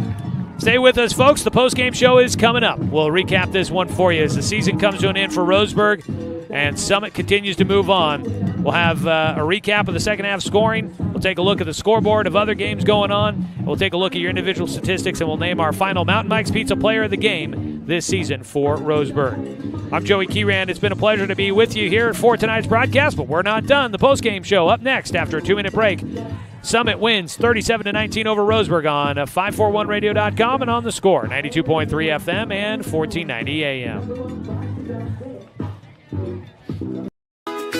Get ready to satisfy your dessert cravings with Mountain Mike's new mini churros. These delicious bite-sized churros are the perfect dessert to pair with your favorite Mountain Mike's pizza, made with only the freshest and finest ingredients, dough made fresh daily with 100% whole milk mozzarella cheese, and toppings to the edge. For limited time only, get 16 mini churros for the whole family for only $4.99. Don't wait. Order yours today for dine-in, carry-out, or delivery. The innocence of youth. Is there anything any better? But soon they'll be in high school and facing all the same challenges you faced. How to make friends, how to fit in, how to be cool. We want our children to have everything they'll need to live fulfilling and productive lives. Make sure the kids in your family are among the more than 120,000 participants here in Oregon who take part in high school sports or activities. I am a nurse, a firefighter, a college student, a mother, and I am an American soldier. I will always be ready for every storm and disaster that threatens my community. I will always be there to protect my neighbors, my family, and my country. We are the Army National Guard. We are the Army National Guard. We are the Army National Guard. Visit nationalguard.com to learn more about part-time service. As a doctor, I kept myself safe from COVID by following all the proper protocols. Then I visited my family, and we all got COVID. I debated getting the vaccine since I gained the COVID antibodies. I changed my mind because I learned that antibodies may not offer full protection. But getting the vaccine after COVID can help prevent you from getting sick again. It also lowers your risk of getting someone else sick. So whether you've already had COVID or you're still unvaccinated, please get the vaccine.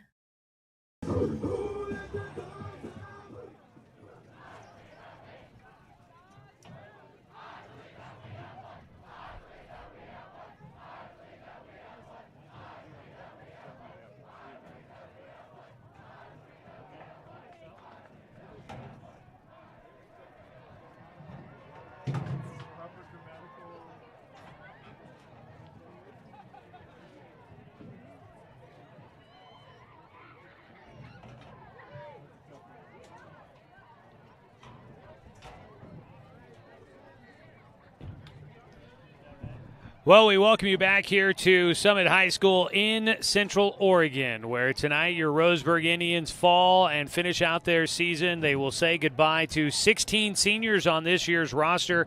A fantastic team effort this year after a number of losing seasons for Roseburg. The first winning record under Coach Dave Heiberger here at Roseburg High School.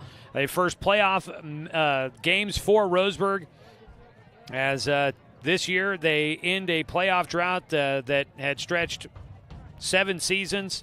Their last win in the postseason had been 9 years ago. The last home playoff game was 10 years ago. So a lot of streaks coming to an end this year, and Roseburg finishing second in the Southwest Conference, 12 first-team All-League players. But tonight their season comes to an end in the second round of the playoffs as Summit comes out victorious 37-19 here tonight.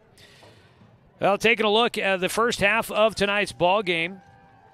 As we get ready for that, first want to remind you that tonight's game has been brought to you by Good Vibration Solutions for home theater and automotive audio. You can feel it at Good Vibes. By DC Farmers Co-op, where everyone is welcome to shop, and by Cascade Community Credit Union, belong to Douglas County.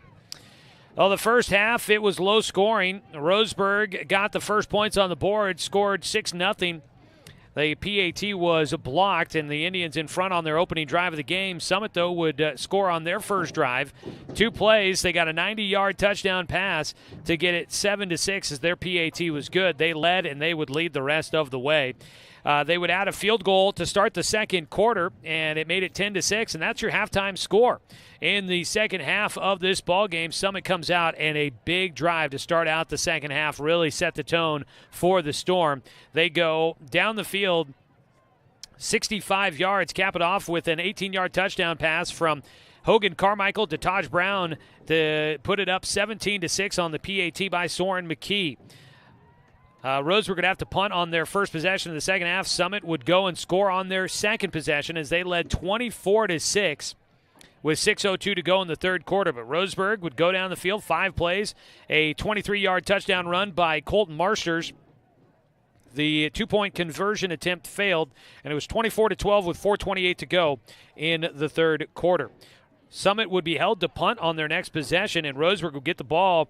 Benefit of a penalty, helped out their drive, but then also got hurt by a penalty. They had to try and score on a 4th down play at the 11-yard line.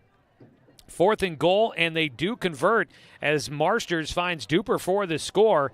And from 11 yards out, the score then 24-19. Roseburg back within 5 to end the third quarter. But Summit would come back, and they would get a 6-yard touchdown run from Grant Smith. The PAT was blocked, and they would go back up 30-19 with 7:38 to go in the fourth quarter. Roseburg on their kind of penultimate drive of the game, their first possession of the fourth quarter, they go a 3-and-out, have to punt it back with 7:08 to go in the fourth quarter, and they would not see the ball back again until 2 minutes to play, giving up a couple of big third down conversions to Summit, and unfortunately they could not get the ball back. Summit would add their final score on a 6-yard touchdown run, this time by Chip Allers, and that would be all she wrote in this one here tonight. 37-19, your final score. Summit wins, and it looks like moving on to take on Tualatin, who wins tonight, according to the score reported to us, 58-25 over Westview. Summit will be on the road for the first time in the playoffs after hosting the first 2 rounds. They'll go to Tualatin for the quarterfinal round coming up next Friday. Roseburg finishes out the season 9-2 record, and for Summit, they go to a 9-2 record with the win, and they'll take on Tualatin, one of the top teams in the OSAA rankings this season. Take a look at individual numbers from tonight's ball game. Let's have a look at it here. For the visiting team, Roseburg, through the air tonight, Colton Marsters, actually as a team, Roseburg 8 for 22, 91 yards total, 1 touchdown. The one interesting thing, Roseburg did not turn the ball over tonight. They did have 1 takeaway on the evening, but that is a second time that they've won the turnover battle this season and didn't win the game. Also a season low for points today for Roseburg with just 19. 8 for 22 passing, 91 yards, and 1 touchdown. That was Marsters finding Duper. Marsters finishing this is Marsters' numbers. There was a 1-for-1 completion for Landon Duper. He connected with Kloffenstein for a 15-yard completion. But for Marsters, finishes for 91 yards total through the air. On the ground, running the ball tonight, Caden Eckel, 8 carries, just 6 yards. Colton Marsters gets over the 100-yard mark, and that's going to put his season total at a pretty good number there. 158 yards rushing, 2 touchdowns for Marsters. With 158 yards, that'll put him over 1,400 yards on the year. Yeah, over 1,400 yards rushing on the season, 19 touchdowns. One of the better rushing seasons we've seen at Roseburg in a long time. And Knox Hubbard came in. He had 11 carries for 70 yards, one of his better games on the season. He'll eclipse the 300-yard mark this year. So Roseburg with 2 1,000-yard rushers this year and a guy over 300 yards on the ground as well. So the running game really worked well for Roseburg this season. Receiving 4 catches for Landon Duper with a touchdown, 64 yards. Kloffenstein 4 catches for 40 yards. Tatone 1 catch for 2, and Hayden Horton 1 for 7. On the other side, Summit, their quarterback, Hogan Carmichael, 16 for 27 through the air, 275 yards. He did throw 1 interception, had 2 touchdowns. He has 2 interceptions on the season, both by Roseburg. On the ground, through the air, Brown had 4 catches for 43 yards and a score. Stevens had 4 catches, 38 yards out of the backfield. Lucas Steffen had 2 catches, 115 yards, a 90-yard touchdown in there. And Charlie Ozolin had 3 catches for 46. On the ground for Summit, 14 carries, 67 yards for Sam Stevens. Ryan Powell, 9 carries, 28 yards. Hogan Carmichael, 3 carries, 63 yards, a touchdown. Grant Smith, 2 carries, 9 yards, a score. And Chip Aller, 6 carries, 39 yards, and 1 touchdown. Those are your numbers here tonight for Roseburg and Summit as the Storm are moving on. Well, we'll name our Mountain Mike's Pizza Player of the Game here in just a moment. We'll get to that, but I do want to take a second here to recognize the seniors on this year's Roseburg team. As we graduate, 16 of them total. Dominic Tatone, Colton Marsters, Carson Dunn, Landon Duper, Hayden Horton, Logan Kloffenstein, Dawson Gillespie, Levi Campbell, Jackson Bartlett, Griffin Zymet, Ben Pashal, Knox Hubbard, Kyle Valou, Braden Steinacre, and Silas Kincaid, Hayden Snyder, your seniors on this year's team for Roseburg. Those seniors have gone through a lot of hard-fought times throughout this season and throughout their careers at Roseburg High School. Some lean years, but they've been there with Coach Heiberger throughout a lot of it, and they finally saw the payoff this season. A season that, coming off of a 1-4 year last year, not a lot of expectations for this Roseburg team, and they nearly won a conference title. They make it into the playoffs for the first time in 9 years, host a playoff game for the first time in a decade, and they win a game in the postseason for the first time in 9 years. It's just been an incredible season, one that I didn't see on the horizon, but I am so ecstatic on what the future holds for this Roseburg team. They bring back a lot of talented players that saw a lot of time this year on the offensive line and defensive line. Tiger Black, James Coleman, Daniel Thomas. In the backfield, Caden Eckel. And they're going to have to fill in some spots at quarterback and wide receiver, but they've got some guys that have gotten some good time out there on the field. Their defense is going to take a hit with a lot of guys graduating as well. But this senior class put in the work, and it paid off for them, and congratulations to all of them. Colton Marsters winning the Conference Player of the Year on offense. You've got first-teamers in Hayden Snyder, in Silas Kincaid. You've got a first-teamer in Logan Kloffenstein, honorable mention on offense for Landon Duper. On the defensive side, a ton of honors for the seniors. Kincaid, Snyder, Gillespie, Steinacre, Kloffenstein, Duper, Dunn, Marsters, all earning all-league honors on the defensive side of the ball for Roseburg. So a heck of a season and plenty to be proud about for this Roseburg senior class here in 2021. Want to say congratulations to all of them as we send them off here in this fall season. Sheldon also losing tonight as we take a quick look at the scoreboard. Sheldon losing to Lake Ridge at home 40-7 in that one. West Lynn pounding South Salem 55-9. Tualatin did win 58-25. West Salem losing at home to Sherwood 35-27. Central Catholic beats Mountainside 48-17, and Lake Oswego, the number one team in the state, able to take down McNary 35-14. Jesuit winning over Clackamas 19-7 tonight as well. That's a quick look at the 6A scoreboard there. And from there in the Umpqua Basin, a final score for the other team in the Umpqua Basin, still alive. The South Umpqua Lancers win 28-8 on top of Sandy M. Christian. They'll advance to the semifinals of the 3A state playoffs for the first time since since 1981, I should say. So congratulations to Coach Stebbins and the South Umpqua Lancers. Good luck next week in the semifinals. Time to name our Mountain Mike's Pizza player of the game here tonight. I'd love it to give it to the senior class, but we really pick out just one guy here to do it. And I know the offense struggled a little bit. We've given plenty of awards to Colton Marshers, who had a nice game trying to lead Roseburg back here.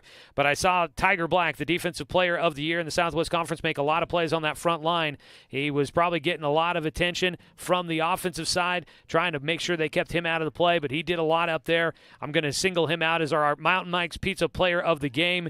That might be a season-long award, but he definitely has done a lot of great stuff up there on that defensive line for Roseburg. So tonight I'll give Tiger Black, our Mountain Mike's Pizza Player of the Game award. And we'll be handing out all those gift certificates. I know I got a lot of them to get to. So if you're a parent of one of the players that's won it in the past, we'll get them out to them here real soon so you guys can go get some Mountain Mike's Pizza. Well, I think that's going to about do it for us. I don't know if there's many people left here at the stadium, so we should probably start packing it up ourselves and get on out of here. But great season, Roseburg. Congratulations on all the success they had. Thanks for all the fun times. It was a blast to watch and get a chance to call. Thanks to everybody that tuned in for tonight's action and all the kind comments in the YouTube stream there. A lot of great activity. It's been great to see everybody joining us online there. As we wrap it up, I want to say thanks to the Summit Storm for hosting us here tonight. A lot of hospitality from them, and we appreciate all of it as we get a chance to go on the road to call this playoff game. Want to say thanks to Athletic Director Russ Bullen, Head Coach Dave Heiberger, the entire Roseburg football program for allowing us to bring you another season of Roseburg football here on The Score.